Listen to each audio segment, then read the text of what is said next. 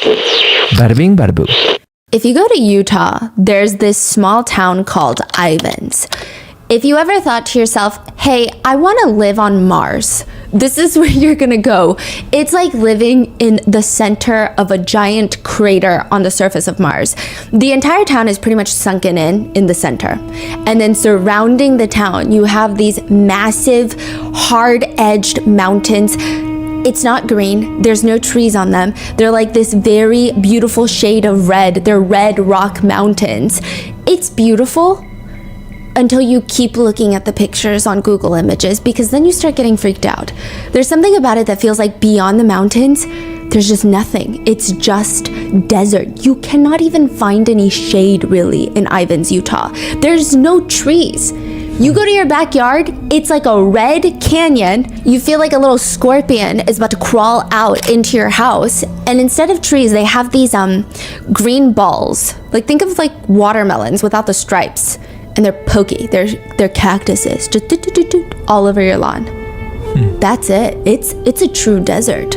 I don't even know if it gets that windy. Just think of a barren landscape, but it's beautiful. It looks so pure. It's like a unique kind of aesthetic that the locals love. And there's only 10,000 locals in the small town of Ivins, Utah. You go to Ivins, Utah because you want to live peacefully. You want to live quietly. And more importantly, you want to live very privately, especially if you pay for a $5 million house in Ivins, Utah. That typically means you want to be left alone. August 30th, 2023. In this very secluded, wealthy neighborhood, a 12-year-old boy crawls out the window of a $5.3 million house. He's dressed in this men's blue button-down dress shirt, like, you know, those dress shirts, but it's kind of swallowing him up. It looks like he took it from his older brother's closet. He has on a pair of shorts and a pair of socks, no shoes. His legs look quite frail. The way he walks is reminiscent of a baby giraffe that learned to walk not too long ago. He's not stumbling. It's not like he's so shaky, but it just looks like he's either injured or very uncomfortable walking. It could be the duct tape that's wrapped tightly around his ankles. It even looks like underneath the duct tape, there's some sort of plastic saran wrap underneath. And he has this long, very scorching hot walk ahead of him. He's just wearing socks. This is August 30th. No trees, no shade. You're looking at 100-degree weather. But because there's no shade, the pavement reaches about 140 degrees Fahrenheit. Put that into perspective. It would be like if you took a cast iron skillet, put it on the stovetop, kept it on high heat for 5 minutes, took it off, and then put your foot directly onto it. That's what it feels like. And that is what this 12-year-old boy has just crawled out of the window to do. He has to walk in this weather with just socks to the neighbor's house. This whole place, it's not a neighborhood in the traditional sense. I mean, it is a neighborhood, but they're filled with $5 million houses. The houses are really far apart. They're almost a few blocks apart, if you will. You don't pay $5 million in Ivins, Utah to live on top of your neighbor. So the space in between each home feels at least like a few blocks. And there's only 3 finished homes in this entire neighborhood so far, which means this little boy has 2 shots.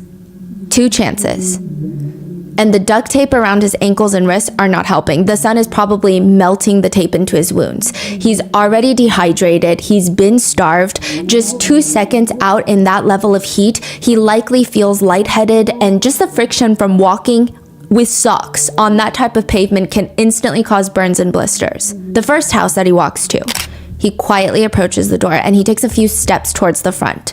He sees the doorbell, reaches out, presses it, and he just waits. He's waiting by the front door, very politely even. He doesn't bang on it immediately. I mean, I would expect him to, considering this could be life or death for him. But this 12-year-old boy just waits very patiently. He stands still for 40 seconds, waiting for that door to open. He was so still that I actually thought I paused the footage. Eventually, he calmly knocks on the door and waits again. If there is nobody home, if they come back to get him, it is all over. This boy's condition is only getting worse, and it's likely that the wounds are going to get infected very soon. So he waits, and he's so still, as if like if he were to move, the homeowner would be so scared they wouldn't open the door. But again, nobody answers.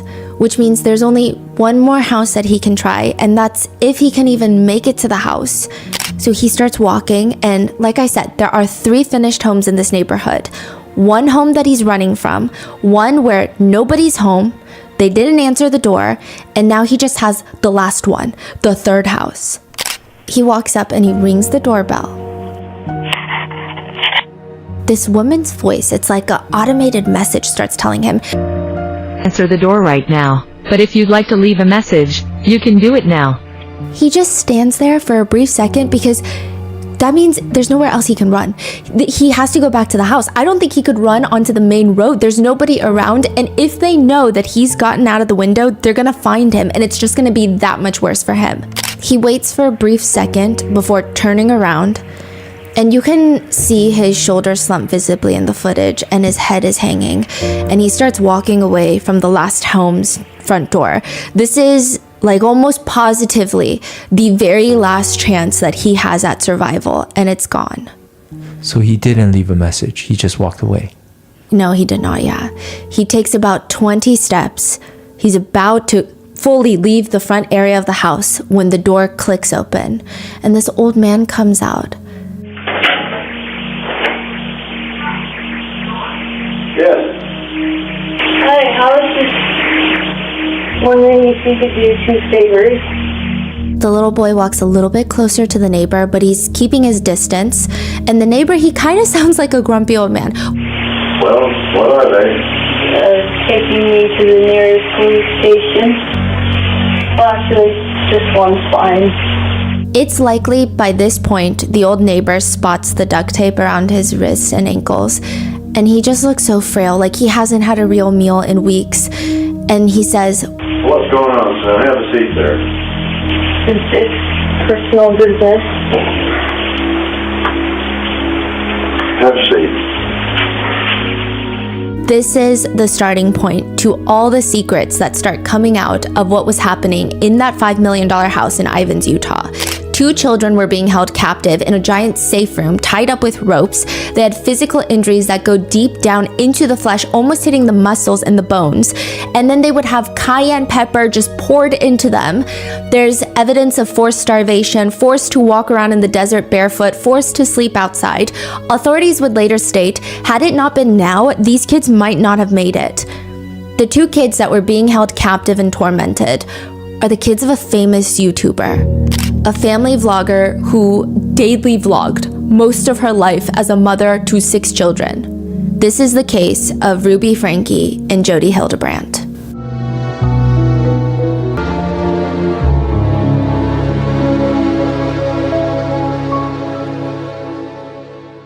We would like to thank today's sponsors who have made it possible for Rotten Mango to support the Biz Parents Foundation. They're a nonprofit organization devoted to protecting professional child performers and their rights. This episode's partnerships have also made it possible to support Rotten Mango's growing team, and we would also like to thank you guys for your continued support as we work on our mission to be worthy advocates. As always, full show notes are available at rottenmangopodcast.com. Today's case involves some very well-known names in the mommy blogger, family blogger world, Ruby and Kevin Franke, and then their 6 children, best known by their channel name, 8 Passengers. We're going to be using the names of the 2 eldest children, so you have Sherry, the eldest daughter, and Chad. They are legal age and have publicly spoken out about Ruby, but we will only be referring to the 4 youngest children as either their first initial or just vaguely the son, the daughter, regardless of if their info is already out there.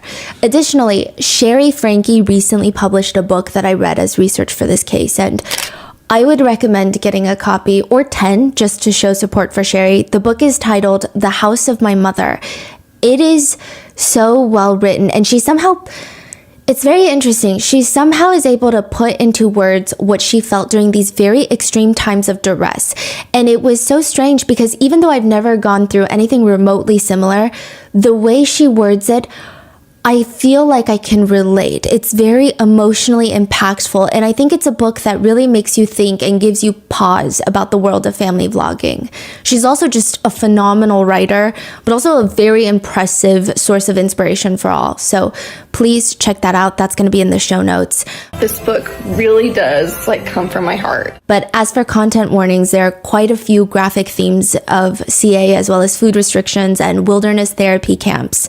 And second to last disclaimer, the Franks are were part of the LDS Church. We are not here to discuss the church as a whole, and the actions of the perpetrators should not be generalized as a representation of the religion itself. This is not an attack on the LDS faith or the church. Ruby Franke just happens to be part of that church, and she sometimes happens to use the teachings to carry out her abuse. So with that being said, this is going to be a 3-part series.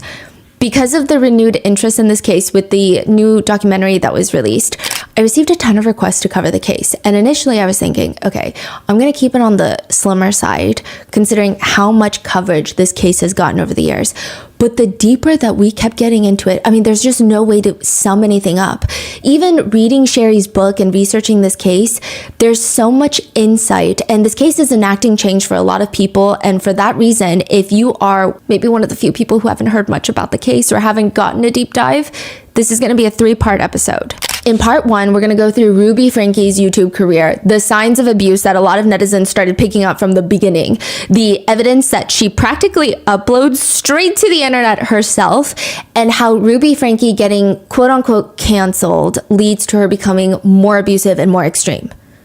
And in part 2, we're going to cover Jodi Hildebrandt. This is Ruby's marriage counselor, her therapist turned cult leader, and all the lives that Jodi Hildebrandt has intentionally destroyed as a so-called therapist.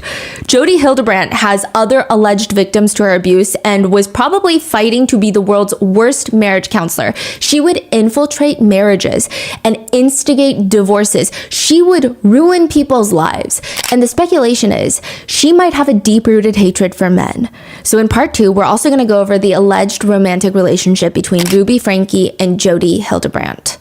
In part 3, we go through Ruby and Jodi fully just jumping into cult territory. Ruby's lengthy journals detailing day by day of the torture that she's inflicting on her own children. And what Ruby's husband, Kevin, he's like a huge point of conversation in all of this. He's the father of the 6 children. People are wondering, what was he doing during all of this? And why wasn't he charged? Really? Yes. So that's going to be in part 3. And with that being said, let's get started. It's called the Rabbit Stick Room. It kind of looks like a back room. It's got that nasty dark navy carpet. There's a full fabric couch up against the wall on one side, and they've got those white circular plastic fans, and the lighting is just back rooms. It's abandoned office lighting. It's fluorescent. It makes everything look so depressing. Every single Friday, the door to the Rabbit Stick Room opens, and a bunch of teenagers walk in. That's just how they call it? Yeah, Rabbit stick? A rabbit stick. Okay. A bunch of teenagers walk in. They don't even know each other. These are not friends. They're not part of the same school. They're just random strangers that happen to be teenagers. They're all given a new set of clothes, and they're all just wearing similar things. Go change into these clothes and take this time to say goodbye to life as you know it. Because from now on, life is about survival. The world is changing. Life is not going to be easy anymore. Do you think you have time to sit there and ponder about social media and play video games? You don't. Now, it's about staying alive. It's about finding food out in the wild. I mean, there's no choice. You have to fend for yourself, and this is your life now. All you get, every single teenager just gets a backpack. All their belongings are in this backpack. Whatever they need to survive in the Arizona wildlife, in the wilderness. If they lose something, if they lose that backpack, it's gone. Life's not fair. You don't get a replacement. How old are they? 12 to 17. The most important supplies are a giant piece of tarp and a sleeping bag. That's where you're going to sleep from now on. You don't get shelter. You don't get a tent. The first week, they say it's a lot about processing the grief. You lost your family, you lost your friends, you lose good food. Just a warm, nice meal with a lot of carbs sounds amazing. Or even just music and books. You don't have You don't have anywhere to put a heavy book in your backpack. You got to carry this backpack around with you everywhere. You're walking like 5-10 miles a day. You're going to bring books. You're going to bring a whole trilogy set. And then the next phase hits. The teenagers start finding ways to survive, which typically means they go through a 3-day fasting period because that's what life is out like in the wilderness. Food is not a guarantee. Neither is toilet paper or comfort or really anything. That lasts 5 to 6 weeks. And probably for every single second of it, you feel like you're not going to make it. This is the Anasazi Wilderness Therapy Camp for teenagers. It feels like doomsday. It feels like the end of the world. These teenagers are thrown into the wilderness. They're forced to fend for themselves because they don't listen to their parents at home. The camp calls the teenagers young walkers. It's kind of creepy. You will see a group of teenagers just walking in the desert. They have supervisors. They have camp counselors or shadows, as they like to call them, that you can go to. I mean, you can't really go to them for anything because you're supposed to survive on your own. You just see them trekking 5-10 miles per day. Wow. Some of these kids were kidnapped to be here. The wilderness camp, if they feel like you're not going to come willingly, consensually, your parents can sign a little slip and they will come kidnap you in the middle of the night. Some kids said, my parents told me we were going to Disneyland and now I'm eating a lizard because I'm starving. Wow. So this is like, remember the Chinese case that we covered that parents would kidnap the kid, throw them into like this concentration type of, This is that. And there's so many of them in the United States. They go out into the wilderness in Arizona, and according to Anasazi, they quote, they live a primitive lifestyle and learn the skills and technologies of the ancient ones. Young walkers learn to cook their own meals. Food packs are replenished weekly, and they learn to build shelters to protect themselves from the elements. They may hike up to 10 miles in a day and seldom camp in the same place for more than 2 nights. If you are a teenager, 12 to 17 years old, and you struggle with any sort of behavioral challenges, this is what Anasazi lists it as: depression, anxiety, poor self-image, low self-esteem, substance abuse, internet gaming, technology addiction, learning difficulties, relational problems with family, trauma, abuse, bipolar disorder, disrespect authority, peer conflict, legal troubles, poor social skills, immaturity, lack of motivation. If you mark any one of those, you are more than welcome to join Anasazi. Well, you're not more than welcome. Your parents are more than welcome to sign you up and pay us money. There is no way not a single person listening to this does not check off at least one of those boxes. I feel like I'm a full-grown adult. I'm not even a teenager, and I check off almost all of them. It's basically a desperate cash grab targeted towards parents who don't know how to raise a teenager. And they decide the best solution in all of this is, what if we just don't raise them? What if we just send them into the wilderness for 2 months straight? One netizen says, I was forced to go cold turkey on my alcohol addiction, and I was terribly sick because of that. I wanted to self-exit, and I desperately needed help. I told the therapist that's supposed to be part of our group that I needed more time with them because I was only getting 15 minutes of therapy per week. That's part of the program. They tell you get a therapist. They told me that the therapy was the hiking I was doing. They continue. In addition, there were 2 days that my group's only water source was from a leftover cow trough, just mixed with actual cow shit in the water supply. We drank it. By the end of my stay, I could barely walk. My last night, I laid down on a bunch of rocks and I couldn't sleep because the coyotes were just howling all night. It sounded like they were only a couple dozen feet away from me. I kept crying to the staff at night, telling them that I was so scared.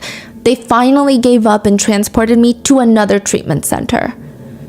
One review of Anasazi reads, I am begging you, do not send your teen here. This program is abusive, horrific, and sold as this amazing program that's going to straighten out your troubled teen with a strong focus on God. It's not. It's an excuse for sadistic, unqualified people to abuse your teenagers. I cannot put into words how twisted the people running and working this program are. There is nothing helpful or positive about making teens hate themselves. One journalist who went to Anasazi says they saw a 16-year-old boy lunge lightning speed at a lizard to eat because food is rationed at Anasazi. They get a week's worth of food at a time, and each day is rationed for only 2,000 calories per day for a growing teenager. Even for like a pretty sedentary lifestyle for a growing teenager, you need more than that. And you're just sitting at your computer. They're hiking 5-10 miles a day. If you eat up your food or someone steals your food, which seems to happen a lot, then you are just left to fend by eating wild plants, lizards, and bugs. Anasazi becomes a huge topic for conversation on YouTube after a famous family vlogger decides that she's gonna send her 14-year-old son to Anasazi.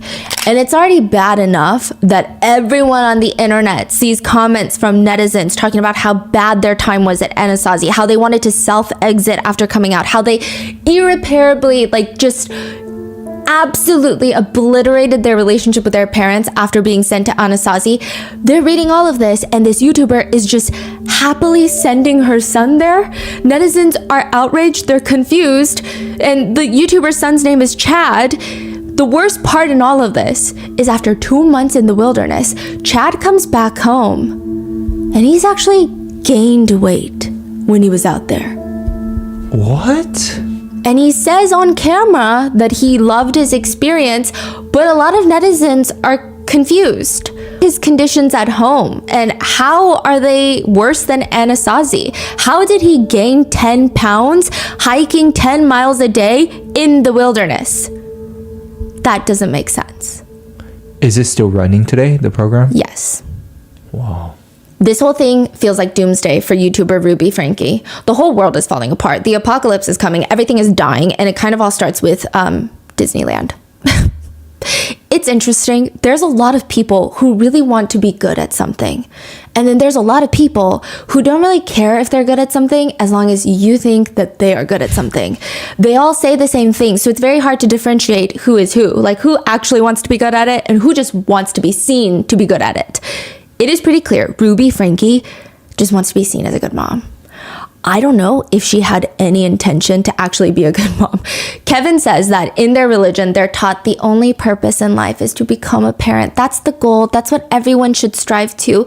But if everybody gets there, then how are you special?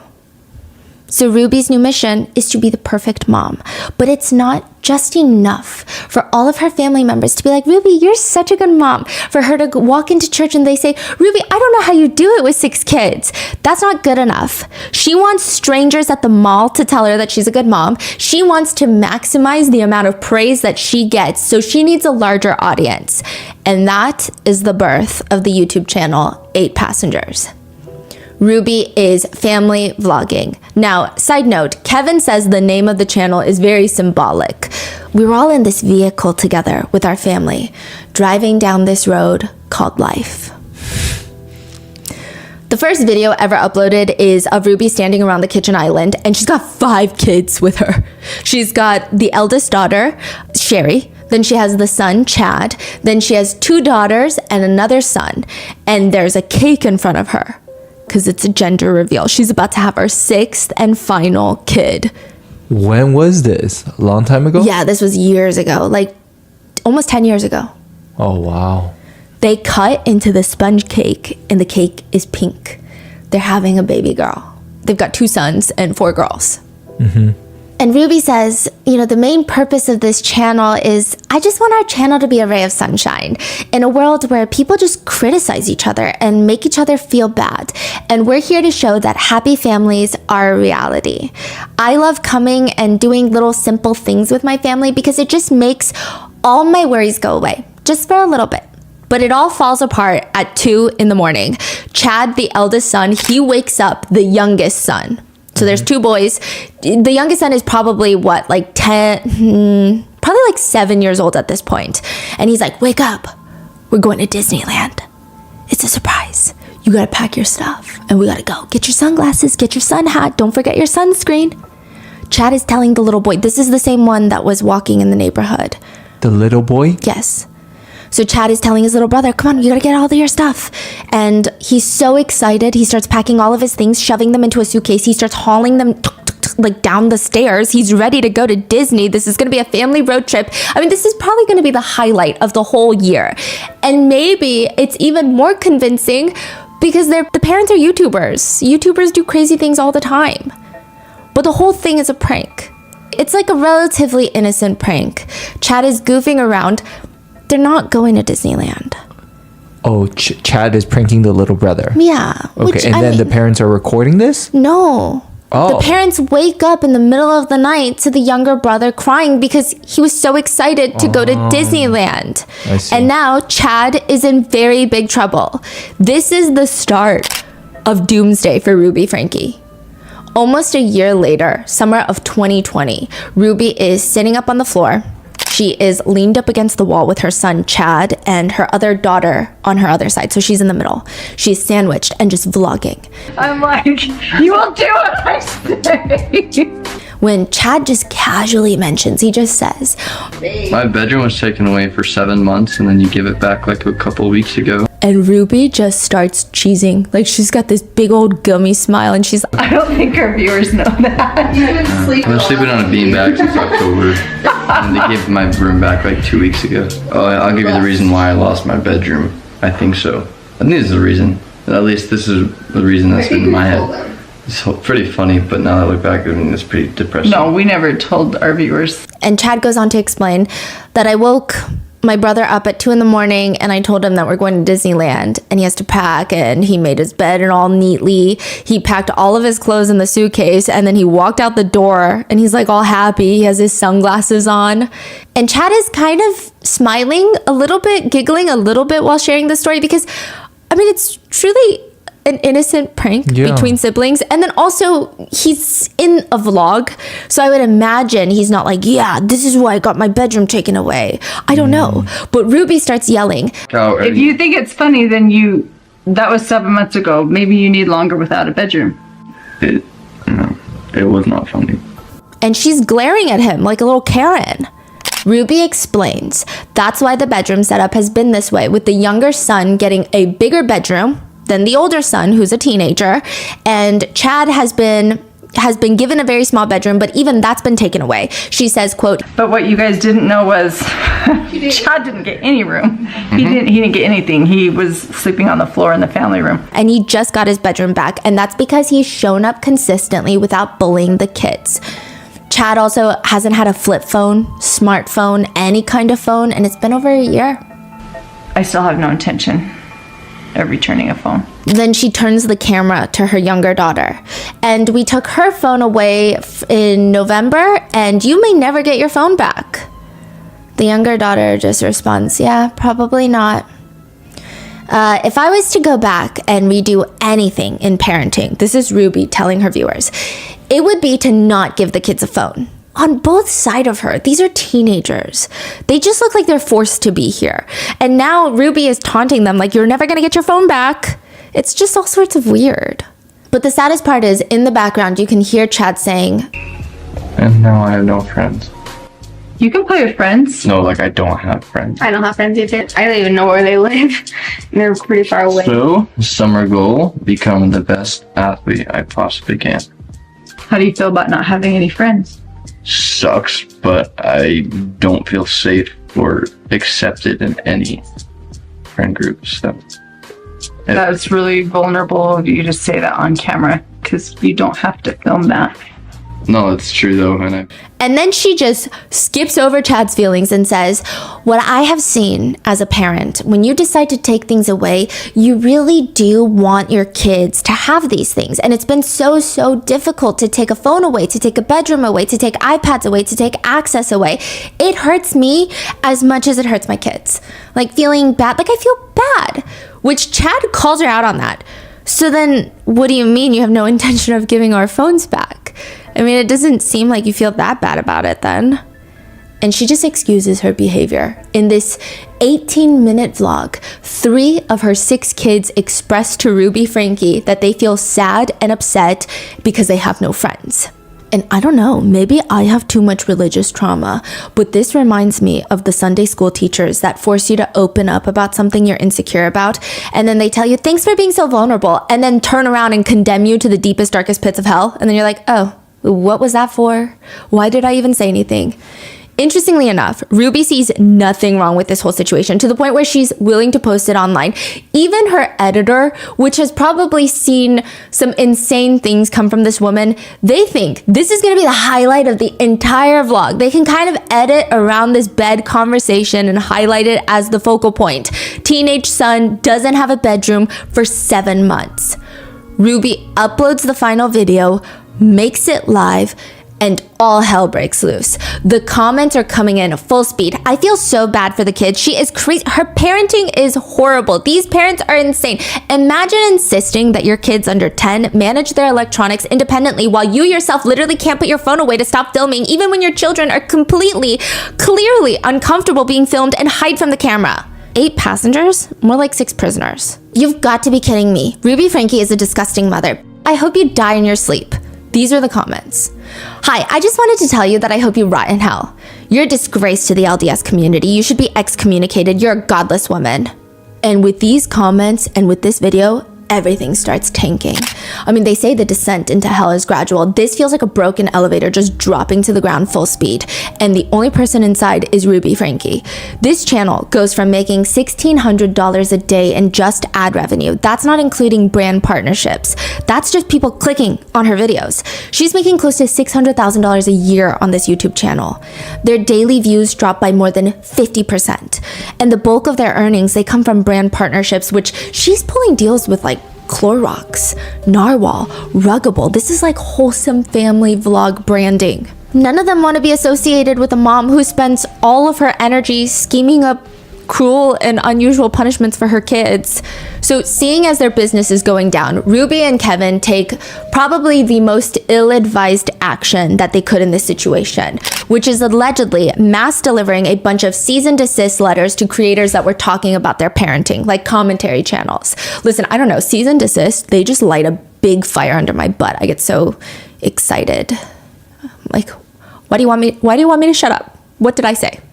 But the worst response that Ruby has in this situation is she makes this full-length Instagram post about everything happening in 2020 with Black Lives Matter, the senseless murder of George Floyd. And she tells the world, this is without even apologizing or even addressing the bed situation with her son, Chad. She, a white woman who relates, she says she relates to George Floyd's hardships. Her condensed Instagram post reads, "My heart hurts for the murder of George Floyd. My heart hurts for being accused of abuse when my motives have always been love and real abuse actually occurs on a daily basis throughout the world." The bad part is, as much as everyone wants Ruby to feel the deepest depths of internet cancellation, technically it still impacts the entire family. Sherry, the eldest daughter, the author of the book, she says, "I think our numbers were like consistently declining and any engagement that we did have was negative." So before this, they had their fair share of haters that would nitpick, "Oh, I don't think Kevin's interested in Ruby anymore. Oh, I think this kid is a brat. I think she spoils her kids." They would have these little hate comments here and there, but it was generally seen as a positive family vlog channel. And now, it's just like the floodgates to hell have opened. Chad says, "We're basically canceled. Our views just like tanked. We lost like 90% of our income." Wow. And a lot of netizens say they saw this whole thing coming. They comment, "I liked Ruby, but it was getting obvious that she's obsessed with making her YouTube channel work. The giveaways, the acting silly when she's never acted that way before." Other commenters are flooding her channel. "I get major narcissistic mother vibes from Ruby. She favors kids, controls food portions, what they can wear. She looks perfect on the outside, but I get major creepy vibes from her. Major unhappiness inside their home." Another one is diagnosing through the screen, which kind of problematic, but also maybe they're not wrong. I don't know, you tell me. Ruby gives me parenting traits that are similar to the queen character profile for narcissistic personality disorder. She's obsessed with attention. She loves the compliments about her looks. She loves hearing people say she's a great mother. She loves hearing people say she's a great wife, but she seems so freaking fake. I can't stand it. Ruby does not self-reflect. She decides everybody is wrong. This is cancel culture. They're trying to harm her and her reputation. Either burn in hell, as I have told, or disappear off the face of the earth. And I'm not going anywhere. she brings up to the world, she starts doing these little interviews and she tells everybody Chad has his room back. And I posted him doing like a room tour a few weeks ago and look how happy he is. Which, by the way, people start flocking to that video of him redecorating his room because he just got it back, but we didn't know that at the time. And it's under a new level of scrutiny. And they realize that his bedroom door is doorless. Like, there's no door. The door has been taken off the hinges, providing zero privacy, which just adds an entire canister of gasoline to the fire. The Frankies respond by saying Chad chose the beanbag when he didn't have a bedroom for 7 months because he said it was the most comfortable. Not a great start to addressing the situation, but they continue. He also removed the door to his bedroom in an effort to be transparent and help regain his parents' trust. That's crazy. Unless Chad was caught with a Breaking Bad level meth lab in his room, which he obviously wasn't, how desperate do you have to be to try and earn your parents' trust to be this extreme? And I say that with all disrespect towards the Frankie parents and sympathy for Chad. Ruby continues, the reason that we got canceled was because I was demonstrating, as I have done from day one, what a responsible mother looks like. What is the motive for the hate being thrown at me? I'm the antidote to these kids acting out, and they know it. Understandably, everything that they're saying only makes the situation worse and worse, and it makes Ruby and Kevin look like even worse parents than the initial video, if you can even believe it. When this inevitably backfires, Ruby just stays glued to her computer, deleting negative comment after negative comment after negative comment. Kevin admits, yeah, Ruby likely started the entire family YouTube channel for money, yes, but also because, like I said, she just wants to be praised for being a great mom. He says, and when she sets her mind to something, hell and earth combined could not stop her, and she was going to make her vlog bigger and better than everybody else's. The success is actually not very immediate. In fact, Ruby's siblings, they all have their own family YouTube channels. I didn't even know they were all related. I didn't even know they existed, to be honest. But before marrying Kevin and becoming Ruby Franke, Ruby was Ruby Griffith. She's got 4 younger siblings. She's the oldest. And there's her brother, Beau. He and his wife, Emily, have a vlog channel. They're not the famous ones in the family, I guess you could say, but they have a vlog channel. And then there's Bonnie. She's married with 4 kids and vlogs pretty much every single aspect of her entire life.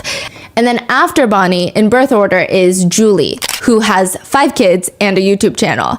And then Ellie is the youngest, and she has 4 kids, and they're actually one of the more successful ones. At their height, 8 Passengers was the most successful out of all the Griffith family members. And then it was Ellie and Jared. Ruby's parents have a channel called Grandma and Grandpa Griffith.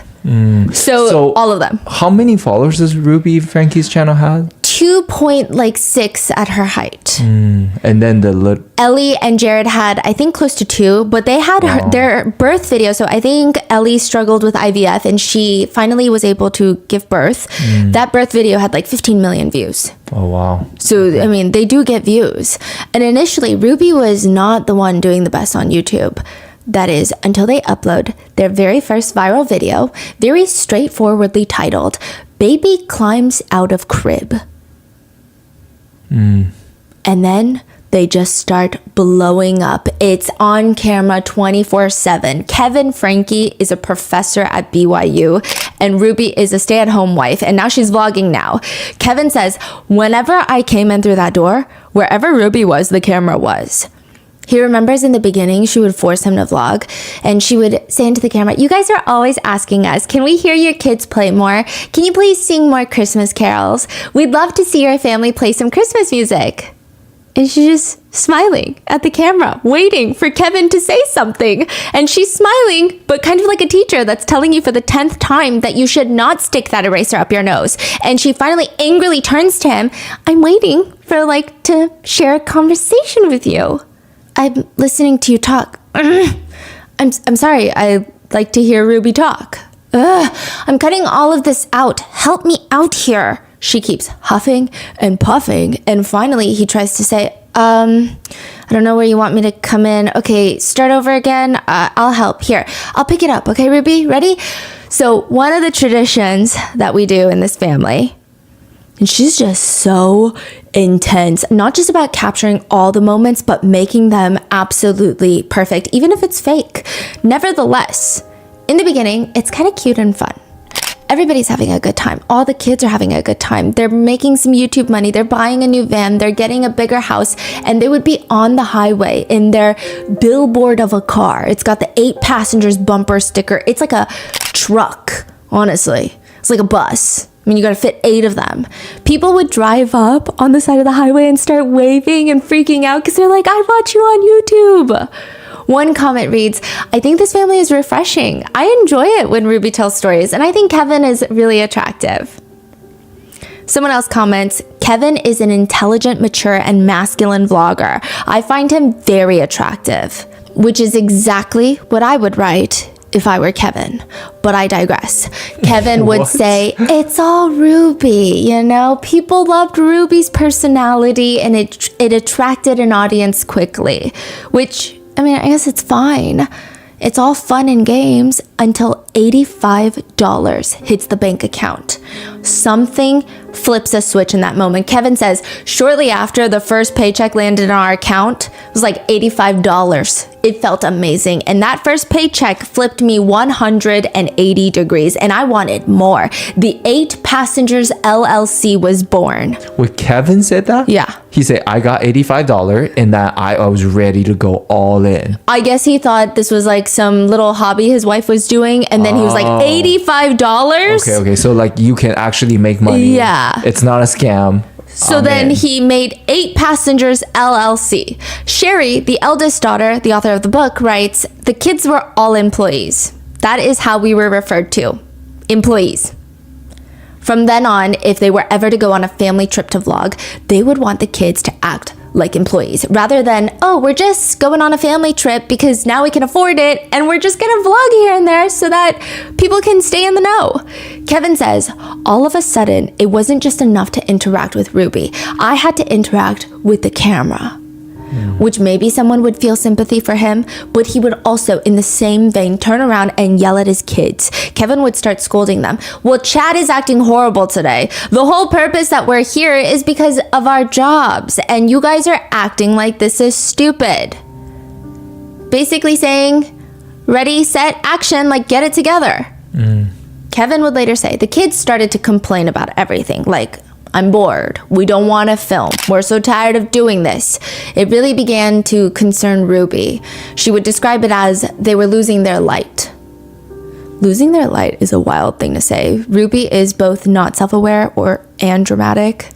Kevin, which don't get me started on Kevin. There's a lot of thoughts about this man that we will get to in part 3. But Kevin says Ruby would constantly remind him, Kevin, the camera is millions of people watching us. She really just wanted Kevin to be the perfect husband. That's how it's described. He says, she wanted me to be the even-keeled but strong patriarch of the family, but I wasn't. I was a nerd through and through. Which is kind of simply a pick-me thing to say. But when asked, did you exploit the situation? Did you exploit the kids? Kevin responds in the new Hulu documentary, absolutely I did. All of that money, all of that payment came from one reason and one reason only, my kids. And we started watching the paychecks go from like $2,000 a month to $8,000 a month to $20,000 a month, and at our peak, $100,000 or more per month. When further questioned on whether or not he felt bad about it, Kevin just responds, not at the time. I was raised with the idea of the cosmic vending machine. It's this idea that I can bargain with or do business with God. We believe that we were sharing goodness, Christianity with the whole world, and in return, God was blessing us. Sherry, the author of the book, and she's been very outspoken against family vloggers. She says, our entire schedule revolved around YouTube, and I think that's where I started to have some issues.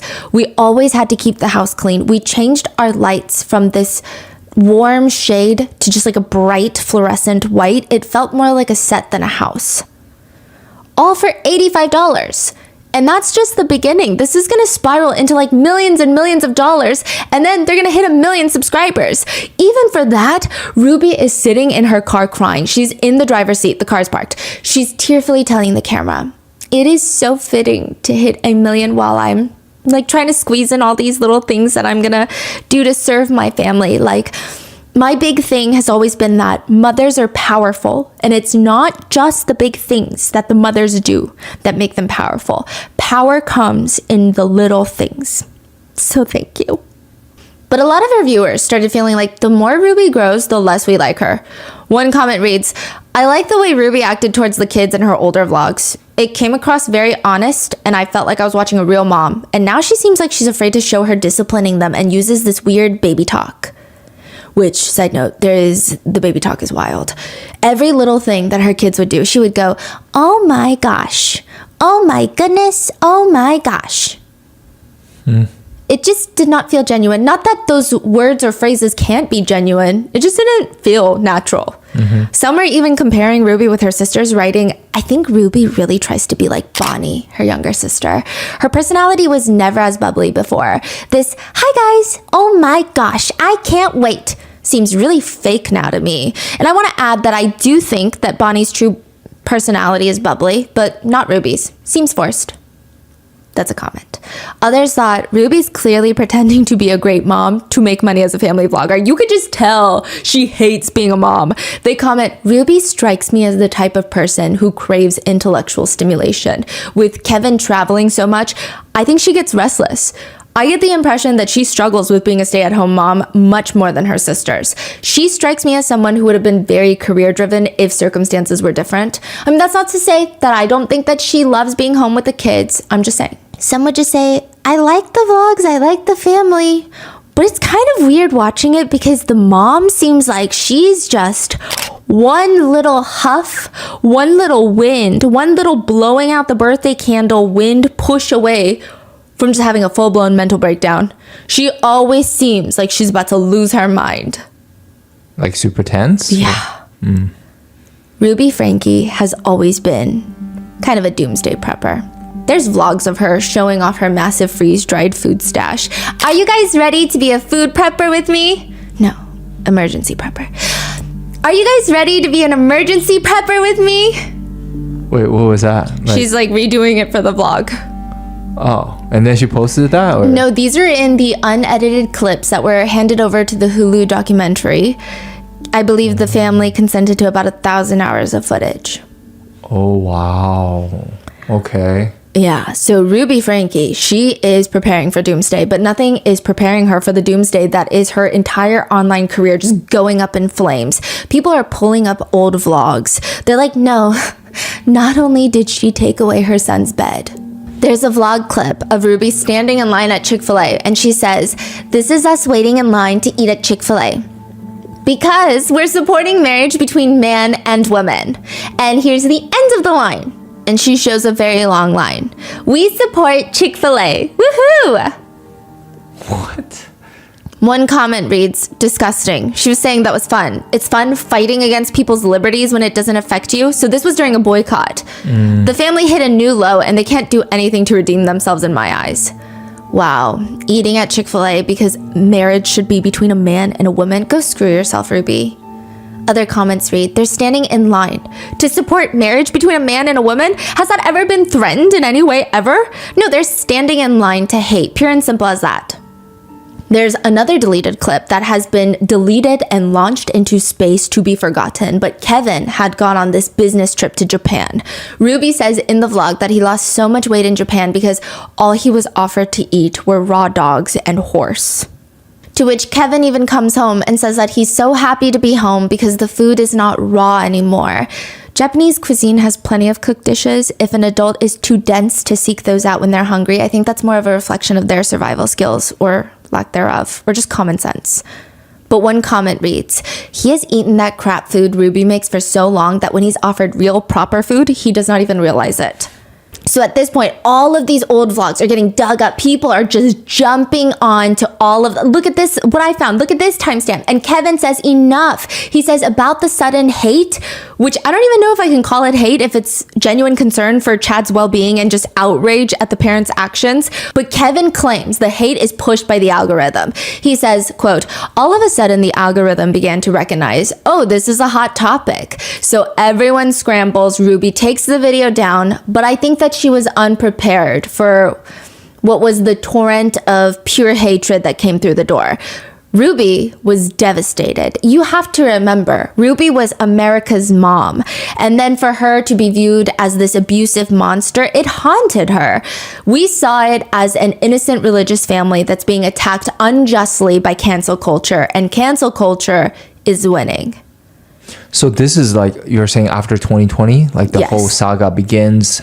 Oh yeah. That's what's happening right now. And then from 2020, it just starts spiraling, like more vlog footage. She makes new vlogs that are controversial. Old vlog footage starts going viral, and she just becomes like a major topic of commentary channels. But it hasn't really entered into, at this point there were calls to CPS, but it hadn't entered into this huge territory of, wait, this feels like a genuine investigation that the authorities need to do. Yeah. At least not yet.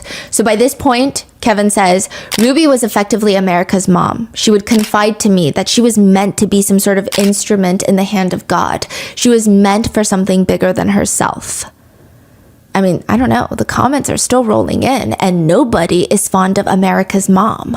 People start speculating on even Ruby's marriage with Kevin. Does anybody else get the impression lately that Kevin has kind of checked out?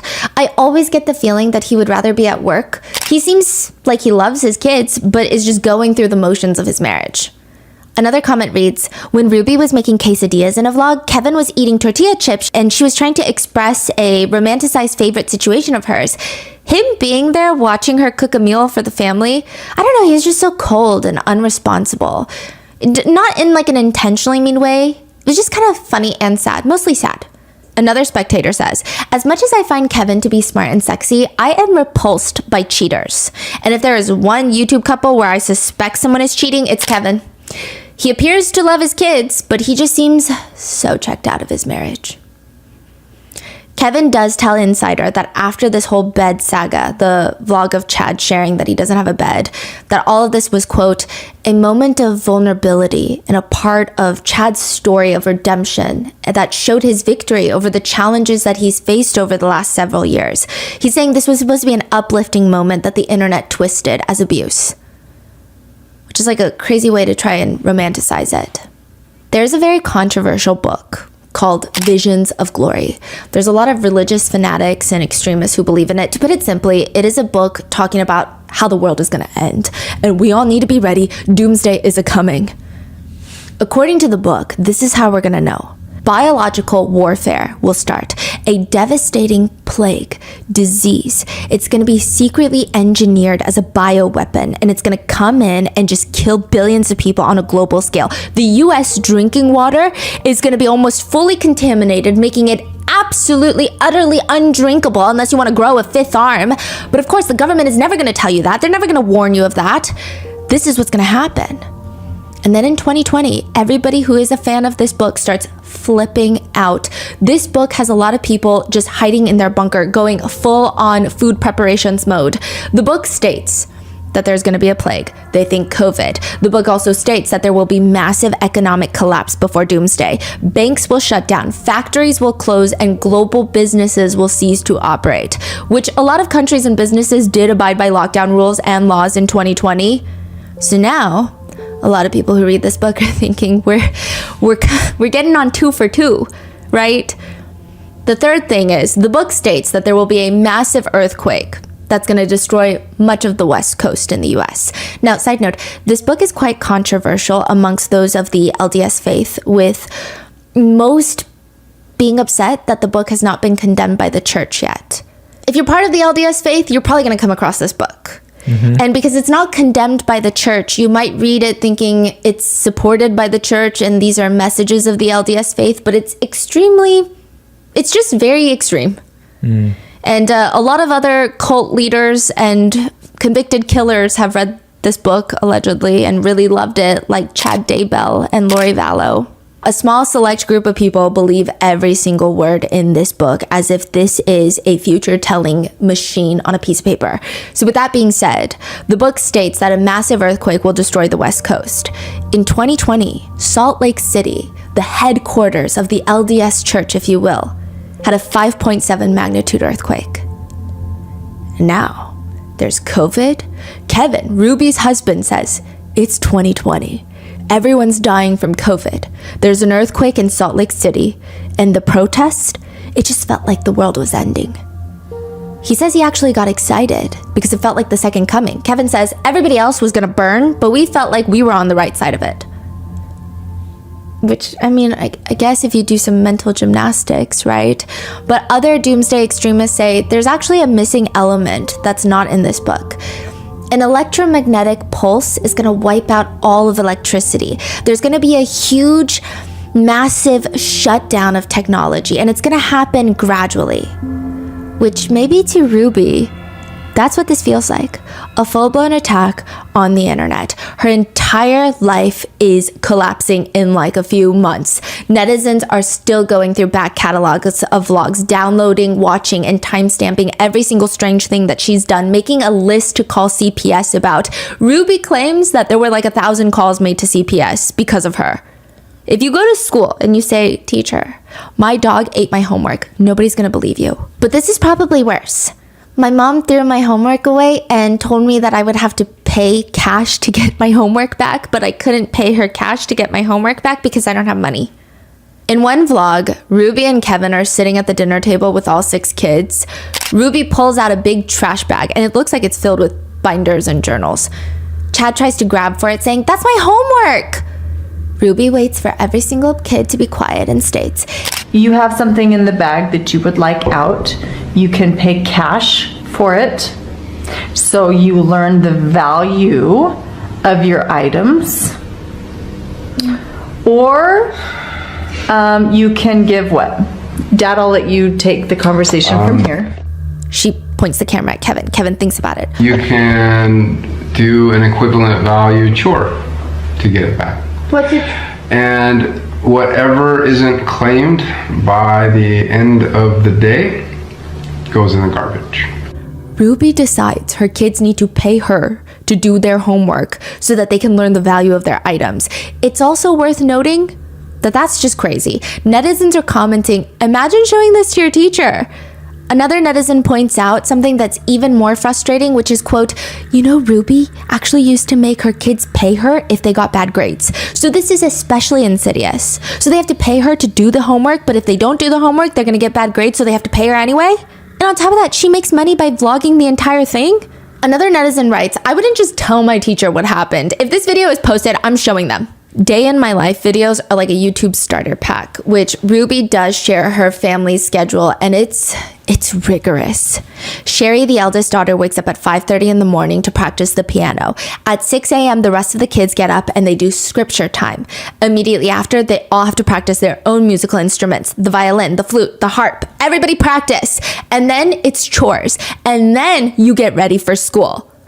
To which one comment reads, I'm all for kids having chores and responsibilities, but that morning routine is ridiculous. There is no need for a 7-year-old to be out of bed at 6 a.m., read scripture, practice the flute, sort and fold, put away the laundry of a family of 8 people, have breakfast, get ready for school, make lunch, make her bed, do 20 minutes of reading, and then go to school all day. Even typing that out, I'm so exhausted. And what does Ruby even do all day? All her chores are done before 8 a.m. by her own children. All she has to do is cook dinner.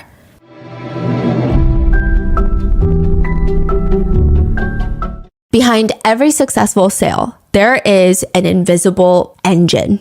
The seamless technology that turns browsing into buying. And like, engines can be very complicated. Like when my family and I were selling Grandpa Mango's limited edition art, we realized it's really not just about selling great products. That's the part that we were so excited about, but there's so much more behind it. That's where Shopify comes in. Shopify is the commerce platform powering millions of businesses worldwide, and they have perfected what matters most, the moment of purchase. With the world's #1 checkout system and game-changing Shop Pay, they turn casual shoppers into confident buyers, boosting conversions up to 50%, meaning those abandoned carts, they become completed sales. Upgrade your business and get the same checkout Selena Gomez's Rare Beauty uses. Sign up for your $1 per month trial period at shopify.com/rotten, all lowercase. Go to shopify.com/rotten to upgrade your selling today. Shopify.com/rotten.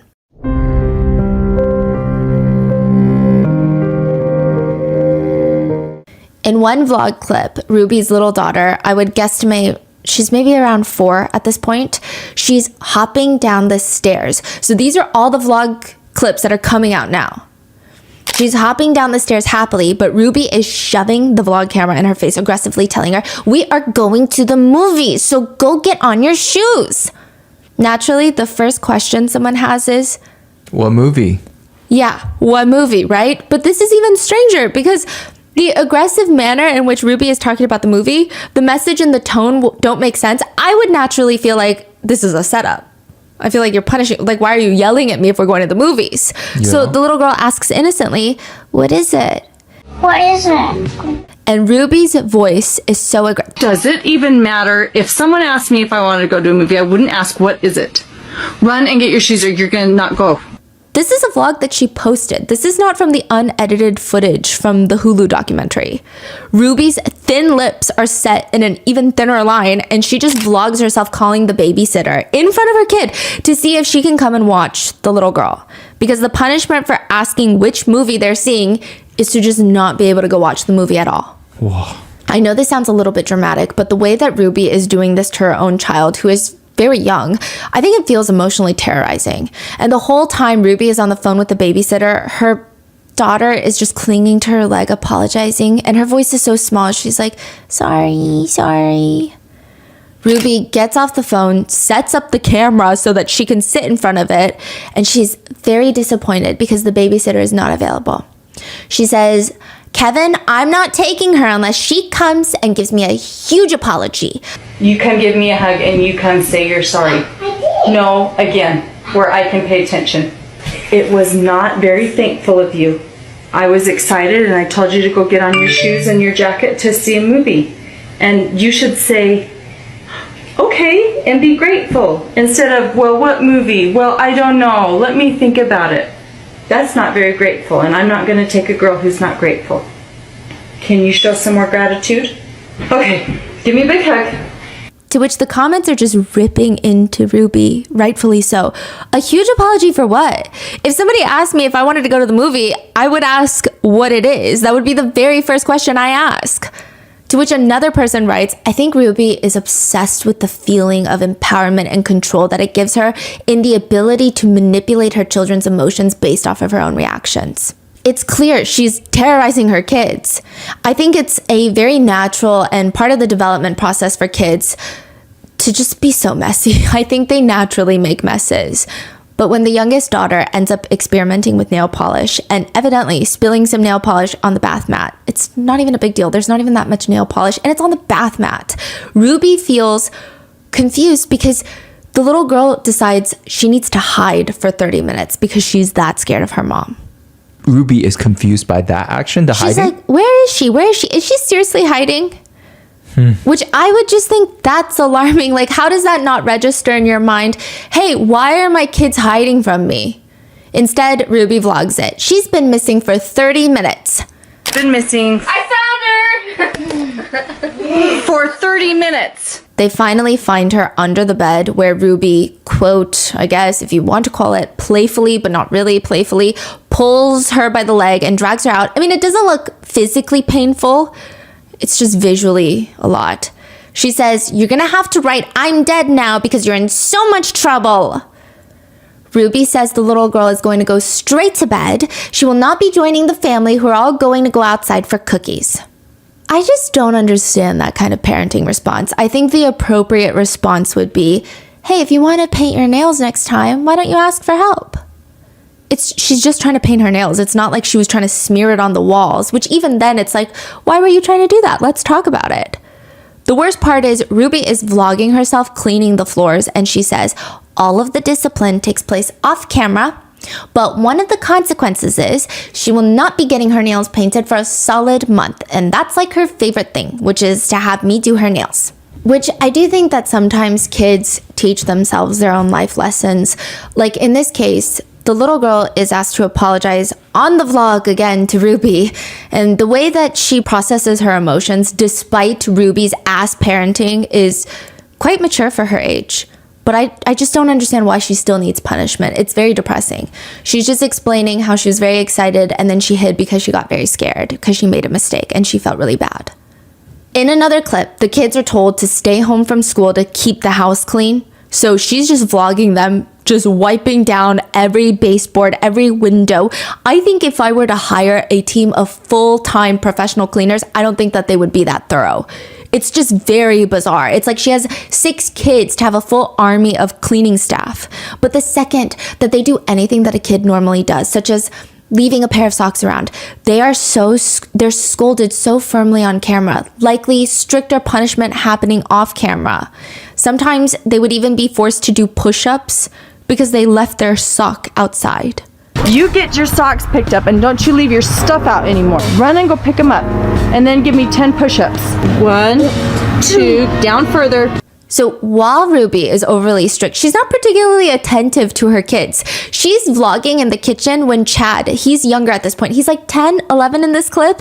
Ruby's talking about his football game, which Chad loves football. He's very good at football. He wants to earn a scholarship one day. This is how he wants to make a name for himself. This is very important to him.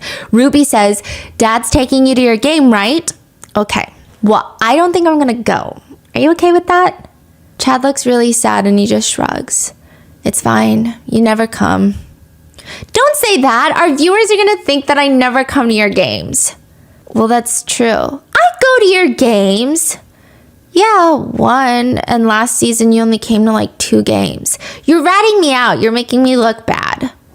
Chad looks genuinely sad. He has his arms crossed on the kitchen island table and he's just staring off into space. He looks like he's trying not to cry, but Ruby still has the camera pointed in that direction. He's in the frame of the vlog and she just starts goofing around with her younger son next to Chad, not addressing how he feels, completely bulldozing his feelings. But also, do you have a job? Like, why can't you go to his game? Is that not your job? I don't understand. It's not like she's like, I have this important meeting and I need to go to put food on the table. I love you. I'm sorry. Comments read, I felt so bad for Chad. Ruby didn't even seem to feel bad about missing his games. What else does she do that's so important that makes her miss something that is obviously important to her son? Other netizens feel bad for Chad in other ways. They comment, her kids must think she's a lunatic. She's always making them wait in the back of the car for like 30 minutes as she goes on these little monologues by herself to the camera. They're just like in the back waiting patiently.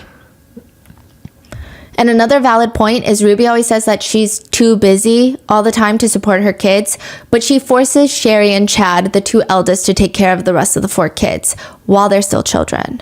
Side note, Ruby will even vlog the fact that her 2 youngest haven't even showered in like a week, just truly showcasing her great parenting skills. And people are digging all of these up. Others have noticed in the timelines throughout the vlogs. Let's say she takes kid A to the dentist. And in this vlog, let's say it's November of 2023, the dentist is like, your kid has so many cavities. Like, we got to really watch out for the cavities. Tone it down on the sugar. Make sure you're flossing. Make sure you're brushing your teeth. Like, this isn't good. The next time they come to the dentist, now she's got 9 cavities. Like even more? Even more. Mm-hmm. And again, I get it. Like, kids will eat their snacks. They'll probably hide chocolates in their room and then you don't find them until it's melted into the mattress. But still, it's up to you as a parent to make sure that they're doing these things so that they don't get more cavities. Mm-hmm. It feels like she doesn't care to support or help her children. It's one thing if you keep trying and trying and trying and your child goes out of their way to keep getting cavities somehow, but that's not the case. It just feels like Ruby constantly gets upset that nobody is up to her standard, punishes them, but then gives her children 0 support or resources to get better so that they can meet her standard. So for example, one of the younger daughters was failing math. It's been mentioned multiple times in the vlogs. Ruby clearly knows that this daughter is failing math. Just like the cavities, she has no intention of helping or supporting her kids. She doesn't mention, I'm going to help you with your math homework. She doesn't mention, I'm going to get you a math tutor. Just nothing. She just keeps bringing it up and like, haha, she's failing math. On that daughter's birthday, she gets gifted the Maze Runner book series. She's so excited to read it. She's been asking for this set for I don't know how long, okay? She's been begging for these books, and Ruby is letting her soak in the excitement of this. She's vlogging every second of it, and then she turns the camera to herself, and she's got this, like, twisted smile on her face. I hate to do this to you on your birthday, But your math teacher has been telling us that you've been missing work and that you read all the time and you have an F in math. Side note, Kevin, the dad, who's also a professor at a local college, he's like in the back of the vlog and he seems shocked that his daughter is failing at math. Like, how do you not know what's going on in your kids' lives? Really? Yeah, he's like, what? What does he teach? Oh, geographical, like soil or something. What? Okay. Yeah. Now, Ruby continues, you can't just read till you catch up with your math. It's like she waited to give her the present, watch her get so excited until she's like, I want to go upstairs and read this right now. And then she's like, haha, joke's on you because you're failing math. You can't read it until you get your math grades up. Oh, she took it away. Yeah. Wow. That's crazy. Okay. It's so bizarre. And I'm not here to judge anybody's parenting because I don't have children, so I don't know what it's like to guide someone through academia. But I would imagine it would be better to be like, hey, maybe don't open it until we work on your math homework together. But like, why go through this whole torturous process? In another vlog, allegedly, I did not see this clip for myself, but one of Ruby's children, because this has been like deleted into the ether, one of Ruby's children has come up to Ruby to explain that she thought that there was a hole in the changing room that she went on to try on clothes. Yeah, I found this comment in the depths of a snark forum from like 2016. But she said there's a hole in the changing room. But not only that, she just felt like something popped out and touched her. Maybe it was a bug, maybe it was a rat, maybe it was nothing, but she was clearly freaked out. Ruby completely ignores her so that she can keep on vlogging. Just nothing, doesn't care. She's overly strict. She has weird punishments. She's not attentive. And also, she borderlines dystopian. In another vlog moment, Ruby tells Chad that there's no texting at the dinner table. No texting at the dinner table. They force him to hand over his phone, which happens to be a flip phone. They gave him a flip phone. So Kevin, the father, starts reading out Chad's text messages to the girl out loud. Not just for his family, which is already embarrassing enough, but for the entire vlog. Said no. What is this? I really like you. Hold on. I did not say that. And this is, I'm assuming all of his friends are watching these vlogs. Yeah, that's freaking sick. And again, this would be all fun and games between friends that are of age. And it's like, okay, you know, people do funny things on the internet. Hee hee ha ha. It's a great TikTok as long as everybody thinks it's fun. But the parent and son dynamic. Yeah, and the son wasn't consenting to this, he was embarrassed. Yeah, it's like grabbing your freaking journal and just start reading your diary. Like, that's crazy. It's very dystopian that they're mad at their son for texting at the dinner table whilst they, the parents, are vlogging. Humiliating. Yeah, vlogging and humiliating. Yeah. But it gets worse because Chad has a flip phone, which I think hypocritical parents are the worst. Ruby is putting Chad's entire life on the internet from the moment that he wakes up to the moment that he goes to sleep, like 5 days a week. All of his personal information, his daily schedule, and even his thoughts, his text messages are up online. Technology and the internet are so integrated into Ruby and consequentially Chad's life, yet he gets a flip phone. Ruby even jokes in the vlog. The only downside to giving your kids a flip phone is I swear I have to remember how to work it every time I go through it. Notably, it's also very strange that the kids' social media accounts are heavily monitored or they're not allowed to have one. Meanwhile, Ruby posts every single part of their business on social media. She would even force Chad to smile for a thumbnail, which he clearly did not want to be a part of. And he tells her to her face, Smile. Chad, look at me. I hate smiling at lenses. Okay, let's go back. Ruby does not care as long as she gets her shot. In another video, Ruby is sitting right next to Chad. She's reading from her phone. Oh, this next one's really good. I think this was a partnership she's doing. I think it's like connecting parents with teens. What? She says, the next one is really good. It says, do you think your teen's mental health is more important than school and grades? She turns to Chad and Chad looks like he would rather be on the surface of Mars. He looks very disinterested, maybe also guarded because he probably knows whatever she's going to say next is going to be really hurtful. He just shrugs. And then she blows up. Chad, are you willing to help me out or not? You seem really distant. Ruby, perhaps a moment of self-reflection and just asking yourself the simple question of why am I treating my kids terribly? And maybe you wouldn't have to waste so much breath wondering and asking, why do my kids seem distant? Why won't they vlog with me? Fee, fi, fo, fum. Like, I don't understand. Get it together. Chad would later say, I purposely said the wrong lines. I purposely tried to make my mom as pissed as she possibly could be. I made things hard for her. I don't really know why. One of the more egregious clips, though, is from when Chad's friend's father, tragically self-exits. And I'm sure the news shocked the entire community, and Chad is just not doing well. Instead of Ruby spending time with Chad to make sure that he feels like he has support, to guide him through this very difficult time of grief with all of these complicated emotions, Ruby just keeps vlogging every single person in the house as they're just bursting into tears. She's filming herself crying, talking to her children about it. She never comforts Chad. She would even vlog him laying just despondent on the bed. And she says, and I don't know why, what compelled her to even say this. She says, in situations like this, if you haven't been kind, you can feel a lot of regret. I don't know what she's insinuating. If you haven't been kind, you can feel a lot of regret. So is that implying that if she hasn't been kind to the deceased, she would feel guilt? It sounds like she's saying that to Chad. And I just don't... What? Yeah, and I don't picture Chad being rude to his friend's dad.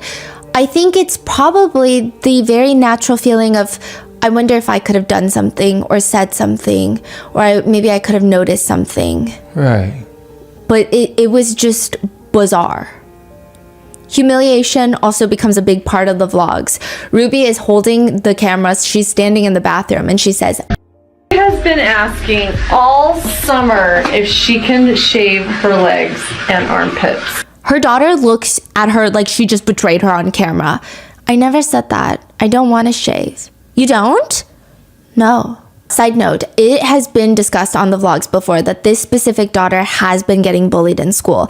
And I don't know, maybe I'm connecting dots that don't exist, because I have a thing where I compulsively shaved my arms for years because I got made fun of for having hair on my arms when I was younger. And I wonder if in the hypothetical world, if she had been bullied for her body hair, her mother announcing it to the world that she has been asking and begging to shave it would only encourage the bullies. Because a big part of me getting bullied about my arm hair would be to act like it didn't bother me. Because then it's like, now they know that you're insecure about it. So she's like, no, I don't want to. And even if that's not the case and I'm just crazy and I'm reaching, why put this on the internet for all of your kids' friends to see, especially as a young teenager? Like, that's a very complicated time. But Ruby, being her kid's very first bully, she says, you don't? I think your armpits need to be shaved more than your legs do. Let me see. And she just reaches into her daughter's shirt to, I guess, see her armpit hair, to touch it. I don't know what we expect at this point. Ruby announces to her vlogs every time her kids pee the bed. She proudly says the way she handles it is, "Aw, that's okay. Just sleep on the floor in the bathroom." She's like, Mom, I peed the bed. Just go sleep on the floor in the bathroom. There's also a lot of other humiliating titles in the 8 Passengers archive. Sherry even says that when you Google someone's name, like the next word that comes after it is typically like the most Googled. And she's saying this in a vlog. She says next to her name is always Sherry Franke, period. Because Ruby had vlogged her getting her first period. And it just seemed like she was uncomfortable. Other titles include At School, Wet My Pants, Bra Shopping with the Brothers, First Time Shaving. It's like the kids are sick and throwing up Canon or Sony. The kids are buying their first training bra. Should we use Canon or Sony? But one thing Ruby states repeatedly is that she will never discipline her kids on camera. That is reserved for off camera, which is bizarre because everything you put on camera. One bamboozled netizen writes, so she's going to film her daughter buying a training bra, but discipline is private?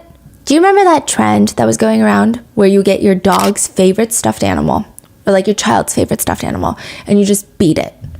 I don't know why parents were filming themselves being their child's personal emotional terrorist, but it was like a trend briefly. I don't know if it was a big trend or if the trend was people reacting to the very select few weird people that did it. Where you grab your child's favorite doll and just like punch it. Yes, it's like And then if you we were want to to see the kid's reaction. Yeah, it's like if we were to grab my niece's rabbit and then just started punching the rabbit in front of her and then vlogging her reaction. It's like unhinged. I don't know why people were doing this. This is the next level of that. Ruby's youngest daughter is going through her scissor phase. My nieces are currently going through their scissor phase. They're told at school, you got to learn how to use safety scissors to cut shapes with scissors. You could be in the same room doing arts and crafts with them. You drop your piece of paper, you bend, pick it down, they've cut off half your hair. It's just a thing. They're safety scissors, they don't get harmed, it's not dangerous. I mean, don't leave them with it unsupervised. But again, scissor phase, very real, very normal. Ruby's youngest daughter has taken scissors and cut a few things in the house that she probably wasn't supposed to cut. Ruby decides, instead of being like, wow, why did I leave those scissors out? That could have been dangerous. Good thing she cut that rather than harming herself accidentally, even though they're safety scissors. Ruby decides, no, the best course of action to take here is to grab the camera in one hand and shove it in this little girl's face, take her beloved stuffed cat on the other hand, hold it by the neck, and threaten her own daughter. One more thing in my house. I'm going to take the scissors, look at me, and I'm going to cut its head off. Grandma will be so mad. So what are you going to do? Not real cat, right? No, her stuffed animal. But like, trauma. when they're this young, Yeah. that's like a real person in there. Their stuffed animals are like a good source of comfort. I mean, Yeah. it's like their best friend. The girl looks genuinely stressed out. She looks like she's watching a hostage video because she is. She's 4 years old. This is her best friend. And her sweet, loving, caring, family-friendly mother just threatened to decapitate it. In another since taken down vlog from 2016, there's a clip where they're all packing to go somewhere. Ruby asks one of her young daughters what she packed in her bag, and the young daughter starts crying and getting nervous because she's scared that Ruby's not going to let her take her comfort stuffy. Netizens are commenting, growing up with a narcissistic dad, I used to cry every time I was nervous around him, even if it was for nothing. I can feel the little girl's anxiety. It makes me wonder if Ruby has an explosive temper behind closed doors or something. To make matters worse, netizens point out that Ruby looks surprised and confused that this is her daughter's favorite stuffy, which is so strange. It leaves netizens to question, does she not know her kids? Does she not tuck them in at night?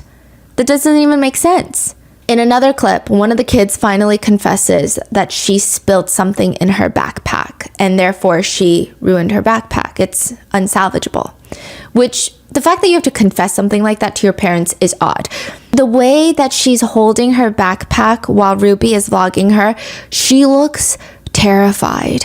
Her face is blurred for her privacy, but she keeps blinking and scrunching her nose, and those seem like very intense, anxious coping mechanisms for high anxiety. While her daughter is clearly in distress, Ruby says, The camera's rolling, so I can't get that mad. It helps keep me under control. the child starts crying, and Ruby has this weird, fake, sympathetic voice. Oh, honey, don't cry. Oh, honey, I'm not mad at you. I feel bad for you. To which the comments now read, imagine a backpack feeling like it's the end of the world. This is so sad. It's not even a big deal. A simple accident and she's terrified of her own mother. Another one reads, her nervous tics are heartbreaking. One of the most damning clips of Ruby, though, is of her in the car vlogging. She's wearing a bright yellow beanie. This is probably worse than the Chad bed saga, or it's like right up there.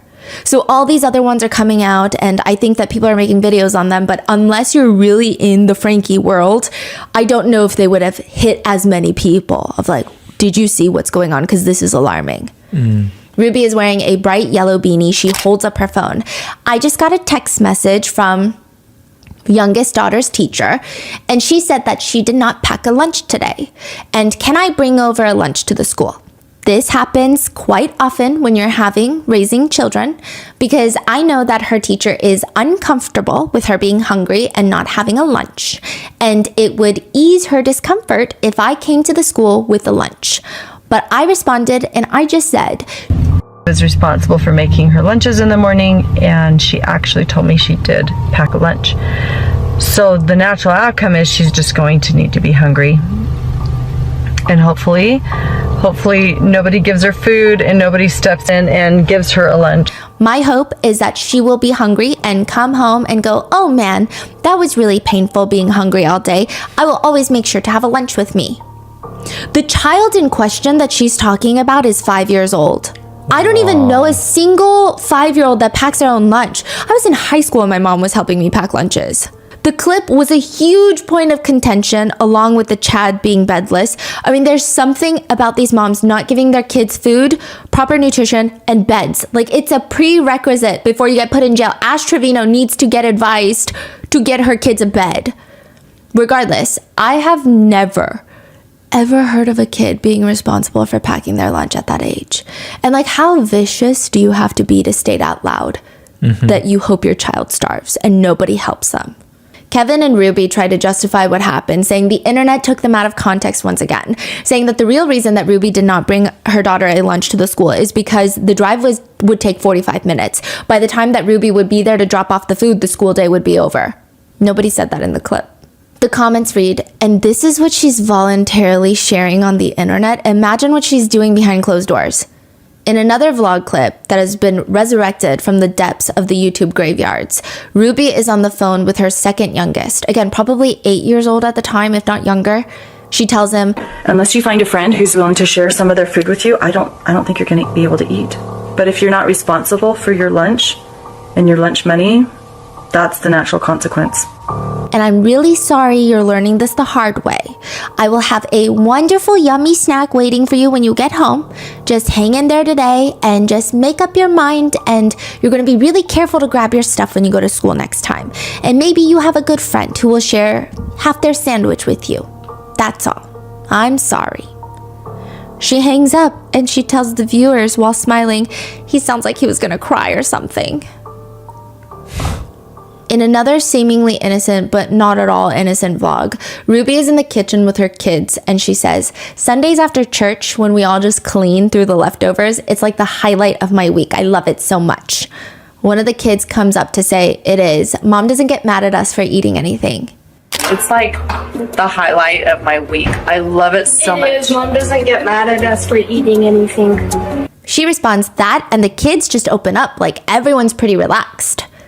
Probably because they're not starving. It's been a point of contention throughout the Franke vlogs that the kids never have enough food. When she vlogs the dinner table, it's never enough food. When she vlogs her grocery hauls, it's never enough food. One comment reads, everyone's relaxed because maybe they're not fighting for survival in their own home.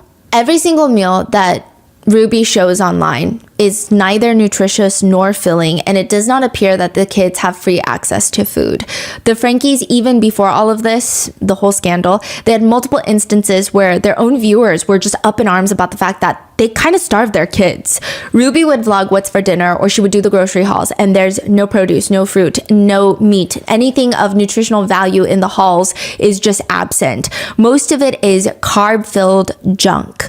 Yet Ruby is very unhappy. She complains the entire time at how expensive each trip to the grocery store has been, which most people agree. Groceries are expensive, but she's choosing these carb-heavy, easily prepared meals that are probably selling at a premium. At this point, a lot of netizens are saying, honestly, produce might be cheaper. So why are you not getting it? One comment reads, I am a bit stunned. In Ruby's video about their food supply, she doesn't seem to feed the kids any vegetables. Maybe tomatoes in the spaghetti sauce, but she seems to feed the kids carbs all day, every day. I was a bit surprised that vegetables were not seemingly a priority for the kids. Another netizen agrees. She feeds the kids crap, all carbs, stuff to fill the belly but not provide much nutrition, very light on the meat, and almost no fruits and veg. Or another comment reads, stop moaning about buying food for your family when you're basically making money off the backs of your kids.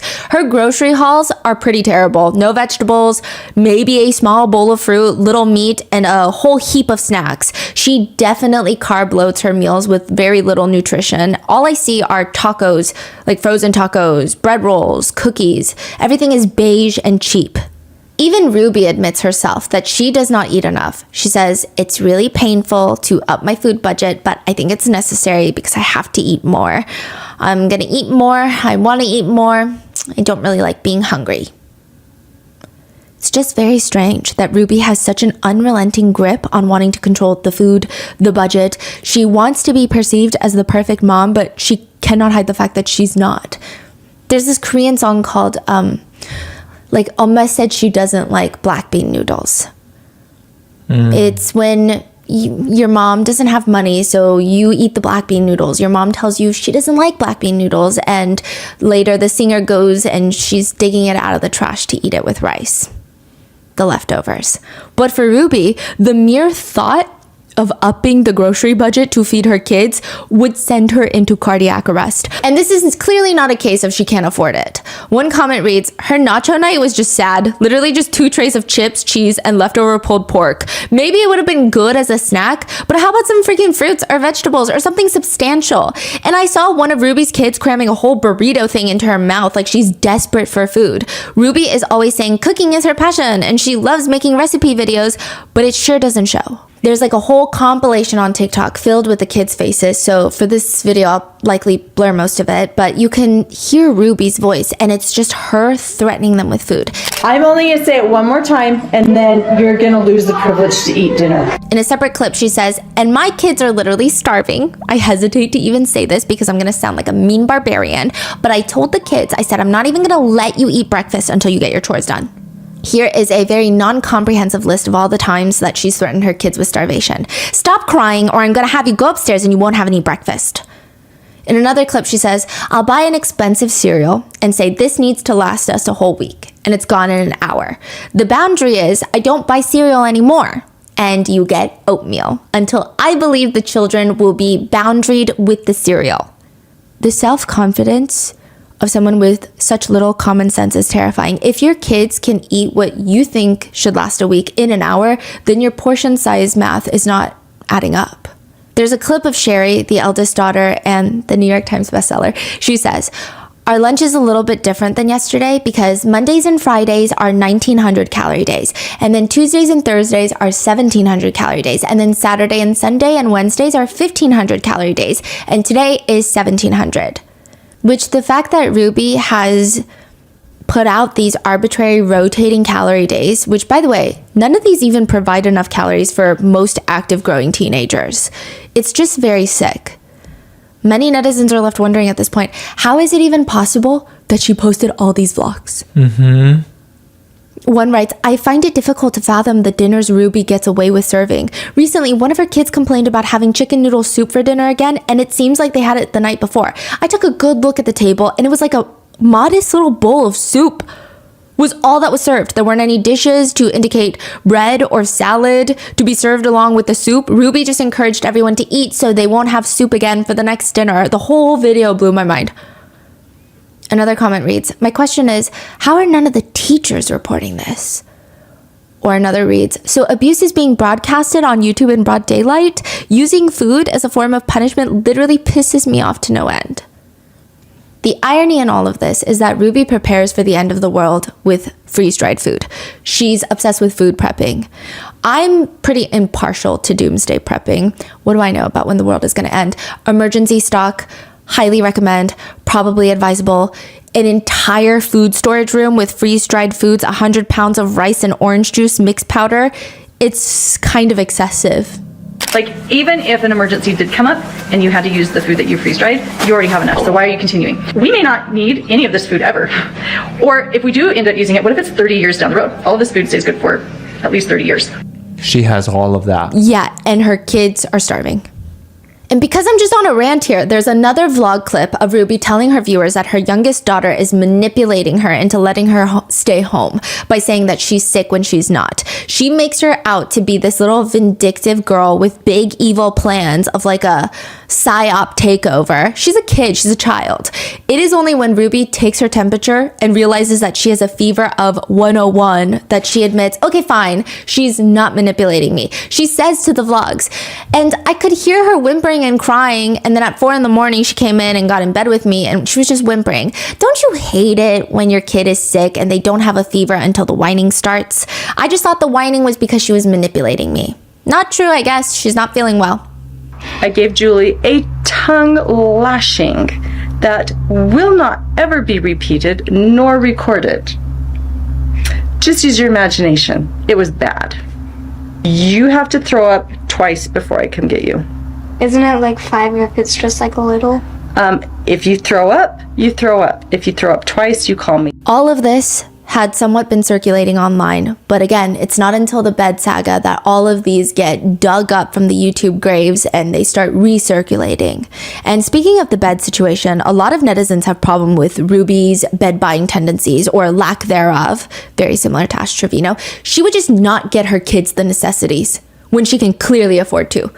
There would be moments in the vlogs where she expected her kids to be grateful. She would demand some sort of big response in exchange for purchasing them socks. Not like new fancy socks that all the kids are wearing that they really don't need, but like their current socks all have holes in them. Other netizens back in 2016 even felt it was odd that in the videos, the kids would be gifted on their birthdays things like bedding, sheets that they desperately need. Not like, ooh, this is the new anthropology sheet that I need. They don't have sheets. Birthday present, sheets. Some people were commenting, I noticed everyone seemed to be overly excited about getting pillows, which I found was odd. Another comment reads, I think parents are supposed to provide you with a bed, sheets, pillows, etc., independent of your birthday. Same goes for socks? ?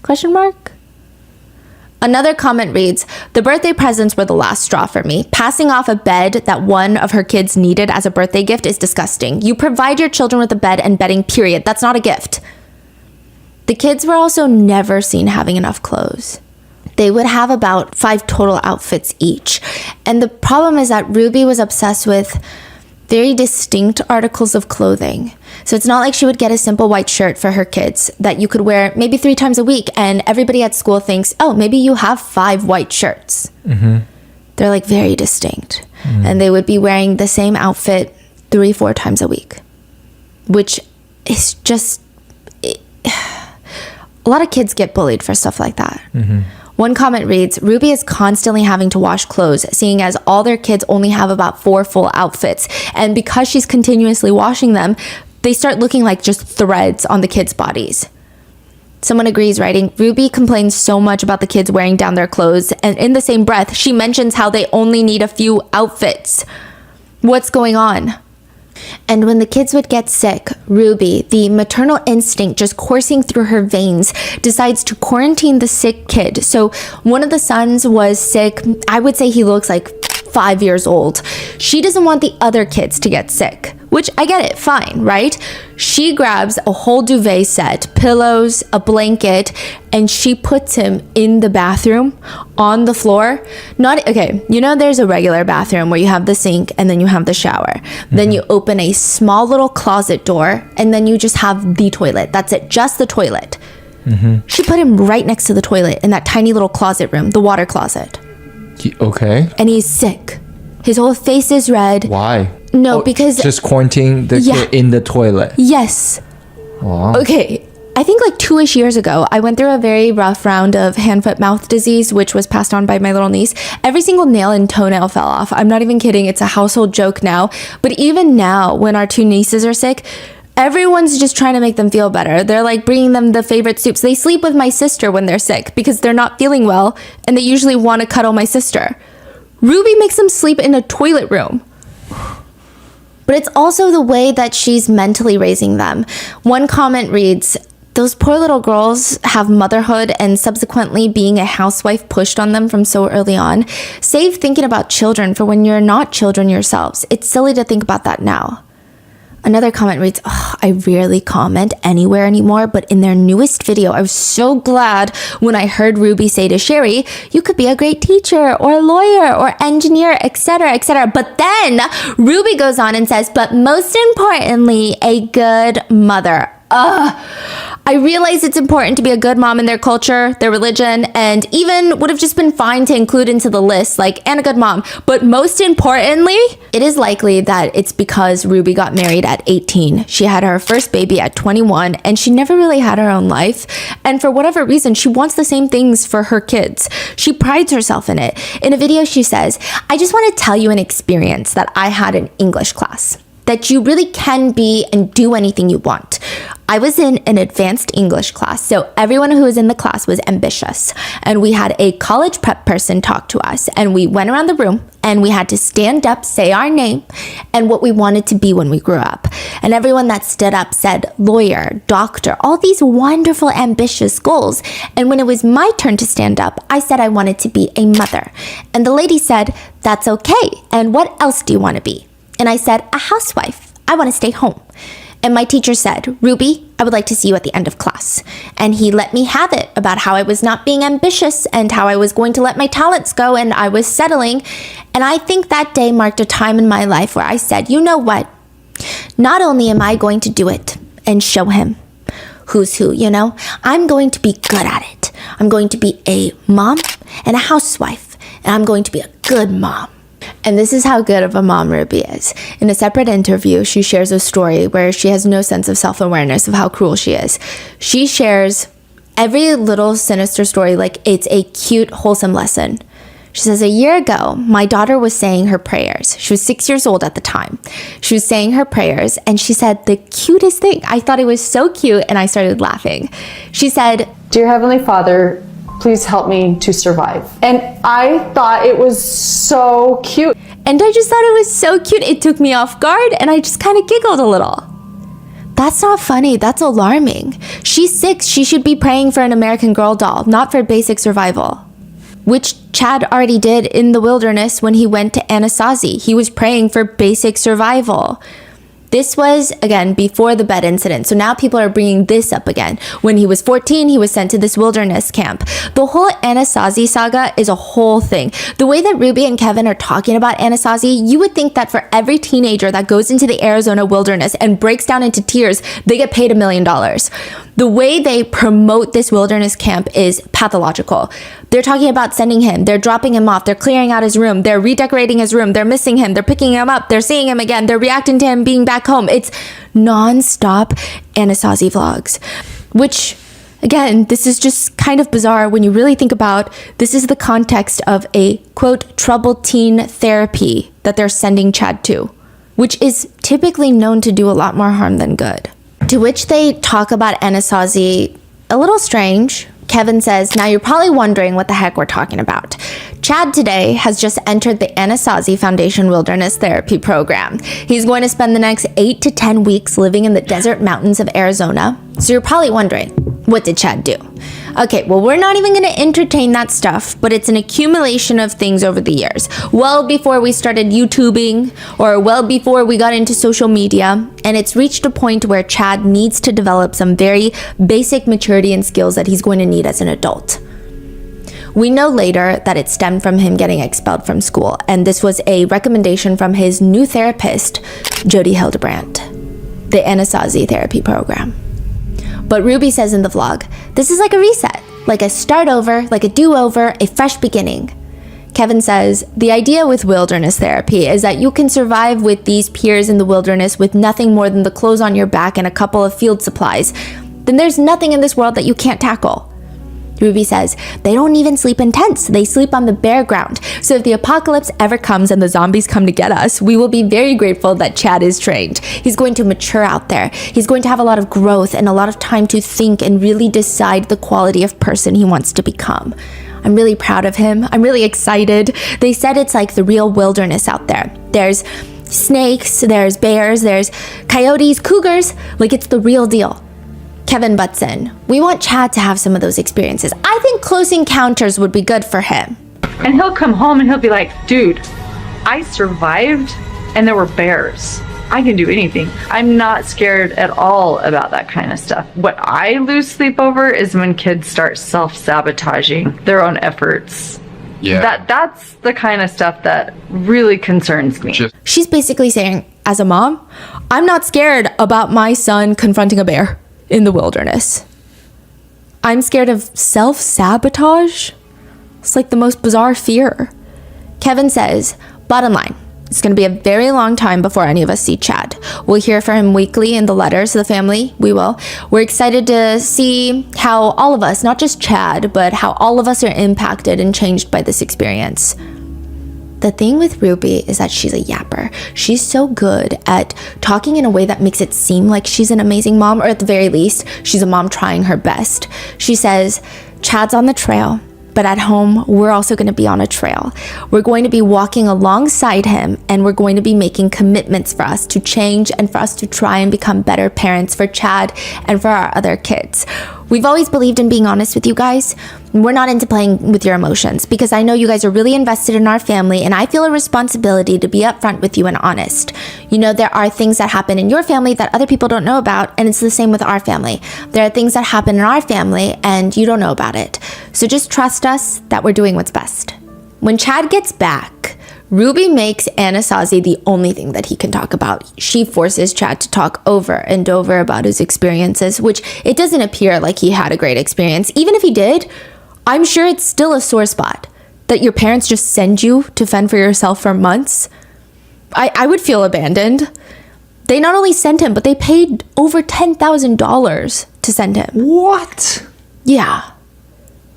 The estimates, it seems like they probably paid around like $15,000, but it could go up to like $40,000. Some parents take out loans to send their kids to these crazy camps. Wow.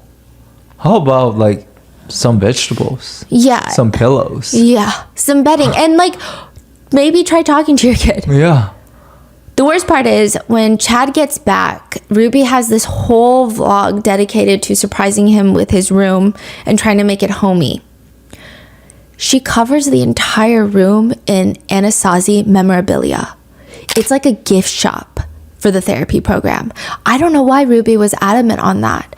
One comment reads, I find it disturbing how focused Ruby was on filling Chad's room with Anasazi reminders, when for all she knows, it could have been a really traumatic negative experience for him. He could have been so excited to come back to his home and have a proper bed, only to discover that his room has been turned into a mini Anasazi and constantly reminds him of it. It just feels like another way for her to control and brainwash him, rather than a mother who cares about her son's interest. Also, the fact that he gained 10 pounds while on this rigorous wilderness program was rubbing netizens rightfully the wrong way. He also states that when he got back, he had no clothes because, quote, when I went to Anasazi, mom got mad and threw some of my clothes on the floor, and then she just donated them all. Since then, unseen footage of Ruby filming vlogs has come out. So it seems, like I said, the family has given over 1,000 hours of unseen footage to the documentary makers. And there's some pretty terrifying stuff in the unedited footage. In one video, she's sitting at the bottom of her bed and she has the aura of a kindergarten teacher that I would not trust my hypothetical children around. Polite, but she seems incredibly unempathetic. There are about 53 Saturdays in a year. She lifts up a glass mason jar filled with marbles. This jar is holding 100 marbles.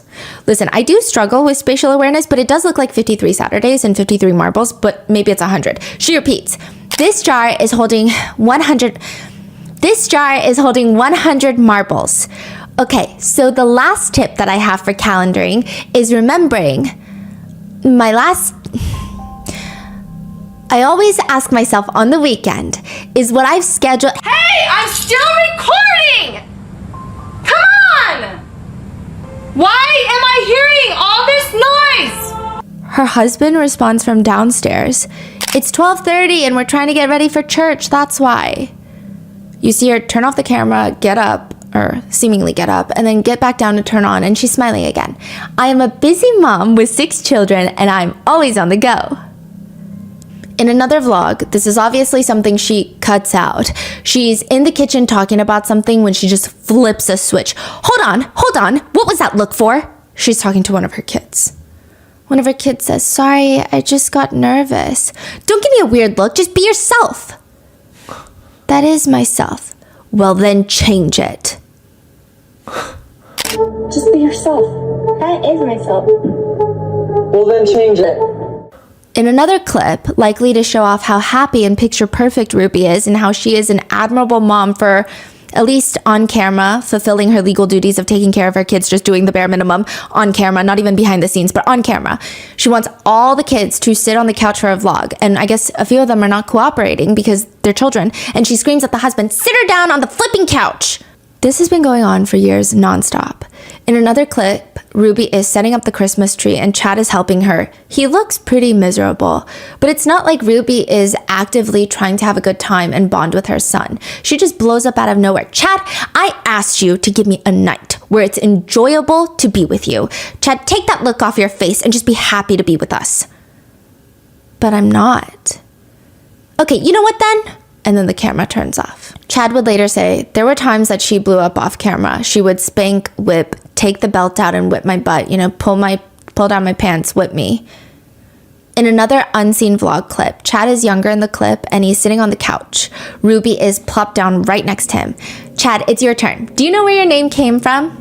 Do you know where your name came from? Grandpa? Of course you know.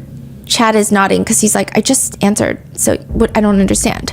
And she says, Grandpa. So tell us who you're named after.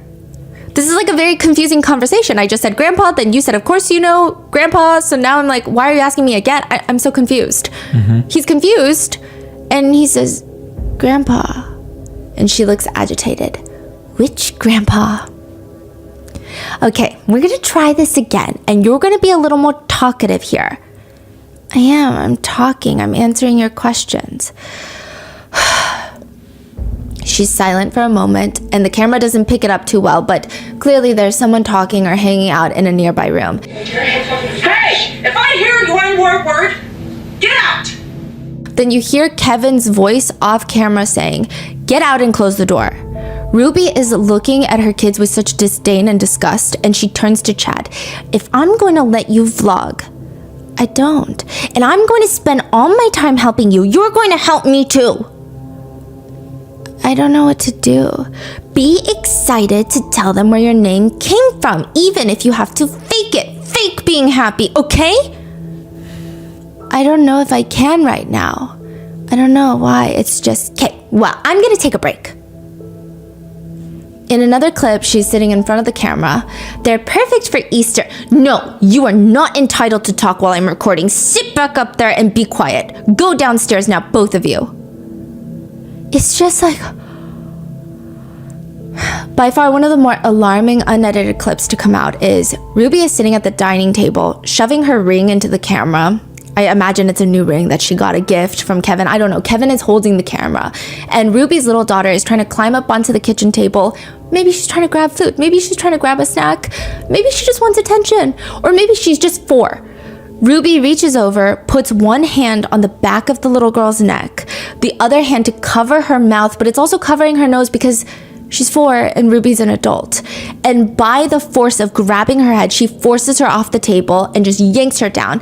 And she tells Kevin, we're gonna cut that out. You get down and be quiet. It isn't your turn to talk. Now sit. When you are... I'm gonna cut that out. You get down and you be quiet. This isn't your turn. Now sit. To the 4-year-old? Yeah. And then Kevin just puts 2 fingers up in front of the lens, like, now cut, like scissors. Yeah, we're cutting that out. One netizen comment reads, what I hate most about this is the smiles and laughter and bonding in the vlogs. I hate it because it's manufactured, manipulated, and fake. These kids were miserable. And I hate that I found myself wanting to smile at the family's interactions at certain points because they seemed like a normal, albeit strict household.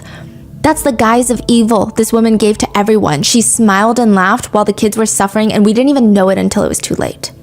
So while all of this new footage is being drawn up, Chad says he remembers that they got this very expensive attorney and PR person involved, and they suggested to Ruby that she apologize for all of these instances.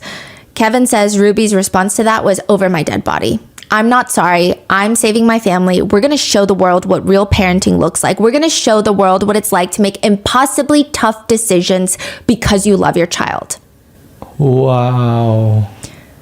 She said apologize over my dead body. Yeah. This is when Ruby Franke goes off the deep end. Ruby's entire reaction to everything is, "You think I'm bad? Let me show you how bad I can be." Her parenting style very quickly goes from call CPS to like, I think we need SWAT teams. Like, this is becoming extremely fanatic religion. It's not even LDS faith anymore. It's just her religious views are going straight past normal faith to just full-blown extremist. It's not the same religion anymore. She's using it to exert power in the name of faith. She becomes obsessed with God and vlogging about God. She says, "This is literally the way that God intended our children to be raised up. This is what happens when things go awry." It brings us back to home base, which is, I'm a child of God. I am at the center. That is where I am centered, and so I've been brought back to base. And I decided that I was going to have more prayers to get through the day, because I feel like I've been working really hard. She starts offering up advice to other moms. You know that I am teaching another parenting class, so we just wrap. Yeah. She starts making like full dedicated videos to offer up advice. And in one clip she says, "What I say is often really difficult for people to hear. And what I'm suggesting is that your woke child is a walking zombie. And you have the opportunity to wake that zombie up. But we are beyond band-aids. We are beyond putting a little bit of ointment on the wounds. We are beyond that." The title of the advice video is aggressively titled, "Your woke child is a walking zombie." I think it perplexed a lot of netizens because it seemed like in the beginning there was some traction of like, let's call CPS. She's reacting negatively to this, so maybe CPS is on her. Maybe they're calling her. Maybe they're visiting her home, which they did briefly. But then now with this sudden shift, netizens feel more alarmed. They're commenting, "She's giving culty vibes. Gonna see Ruby on a true crime podcast. Wow, Ruby has completely gone off the rails. How has it come to this? What is this? You've gone off the deep end, Ruby. What is happening? I feel sick. Those poor kids. Who would ever take advice from this controlling woman?" And people start freaking out.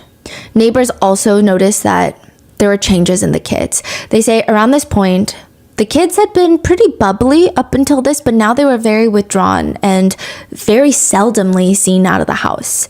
It almost seemed like there was no joy.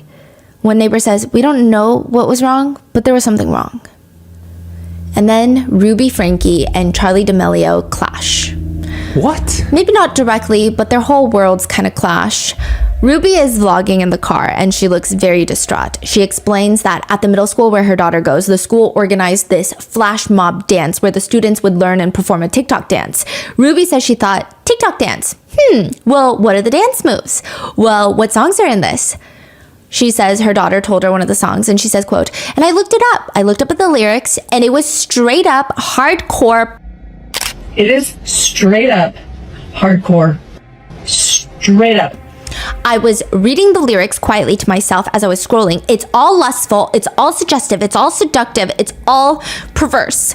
Nobody wants to look out for these kids. The teacher is being very selfish because she wants to be hip, up to date, cool, doing TikToks, entertaining the school. She wants to be liked by these teens that are 12 and 13. So I'm gonna go into that school. I don't have an appointment, but I will sit in the office until I am seen. She vlogs about how she spoke with the assistant principal and they told her that they will relay the message to the principal and that maybe she can come in tomorrow to speak. It's hard to gauge at this point without knowing what song she's so incensed over, but knowing what we know so far, I'm not very inclined to ever take her side on anything.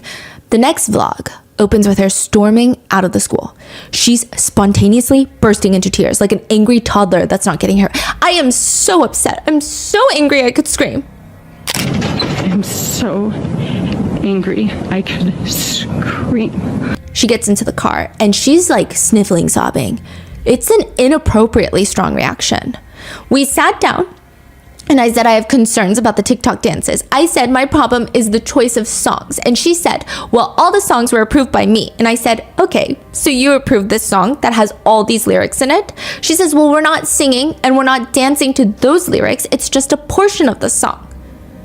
She mentioned how the principal was talking about a grocery chain that recently used it in one of their commercials, like a big, imagine Ralph's or Kroger. Like, you would think that it's family friendly then, you know, and obviously netizens were able to figure out what song had Ruby in tears, so distraught. It's Low by Flo Rida. Shadi got them apple bottom jeans, boots with the fur. The whole club was looking at her. Wow. She hit the floor. Next thing you know, Shadi got low.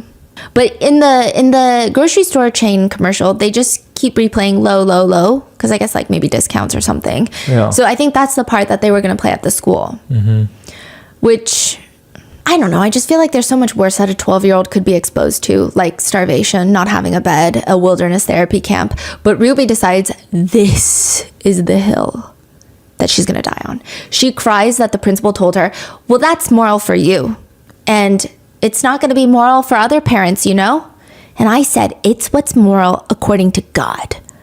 The principal explains that they're basically just using the low, low, low part, but Ruby is upset. Do you understand that you're compartmentalizing? You're taking an immoral song, but you're saying you're only going to take this section of it. They offer to not let Ruby's daughter participate, but Ruby doubles down. She says she told them, you're missing the whole point of why I'm here. I'm not here for anyone's comfort, including my daughter's. I'm not here to make her comfortable. Of course she can move classes, not because you said so, but because I said so. I'm the parent. As you, the principal, have these precious children and you're not protecting them. And she starts full on sobbing. You're introducing them to the world and you're saying it's okay. You're saying that you support this. In the end, you're not going to answer to me who is telling you that this is wrong. I said you will answer to what you brought into the school and you expose the children to. The principal tells her, I am 100% fine with the choice that I've made. And Ruby says, with giant tears streaming down her face, that she told the principal, well, that's sick. If I want to raise my children, I'm going to have to do it myself. I cannot count on their teachers. I cannot count on their principal. And I don't even live in a really crazy city. I live in a quaint conservative city where people think they're safe. She claims the principal is evil. She says she is evil for her to have a parent come straight at her and tell her how evil this is, and she does nothing. Speaking of evil, Ruby later says in another video, this is a separate video, I'm scared to share this because knowing people these days, I don't know how they're going to respond. She goes on to talk about how she has 6 kids, and she says, the 2 youngest are showing long patterns of selfishness.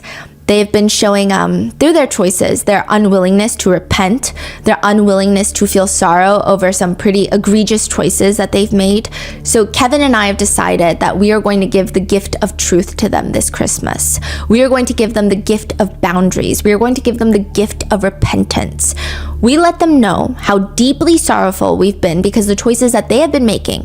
And we told them that this year, they are not going to be visited by Santa. We let them know that the Christmas morning, their 4 older siblings will be getting Christmas presents to open, and that they will have the gift of love from their dad and I, because we want them to really have a visceral experience that hits them. She's out here admitting that childhood trauma is the goal. She admits that she would even keep them home from school to force them to clean the entire house, but she says, I was really hoping that that would bring them pain, and it didn't. It wasn't painful for them. It was like, it hasn't affected them because they're so numb. So the more numb your child is, the greater the experience they need to wake them up. Kevin supports this message apparently because he also states, the world has these definitions of what love and tenderness look like. I watch all these Christmas shows that I used to just love because I feel warm and fuzzy watching them. And this year I watch them and I'm like, oh, gross. Because warm and fuzzy in these shows is always about the end and the kid just getting whatever they wanted. The world has this message and society has bought into it, hook, line, and sinker, that love looks like commercialism. Love looks like your kid gets the big thing, big boxes, big red bows. That's love. If you love your children, that's what you're gonna do.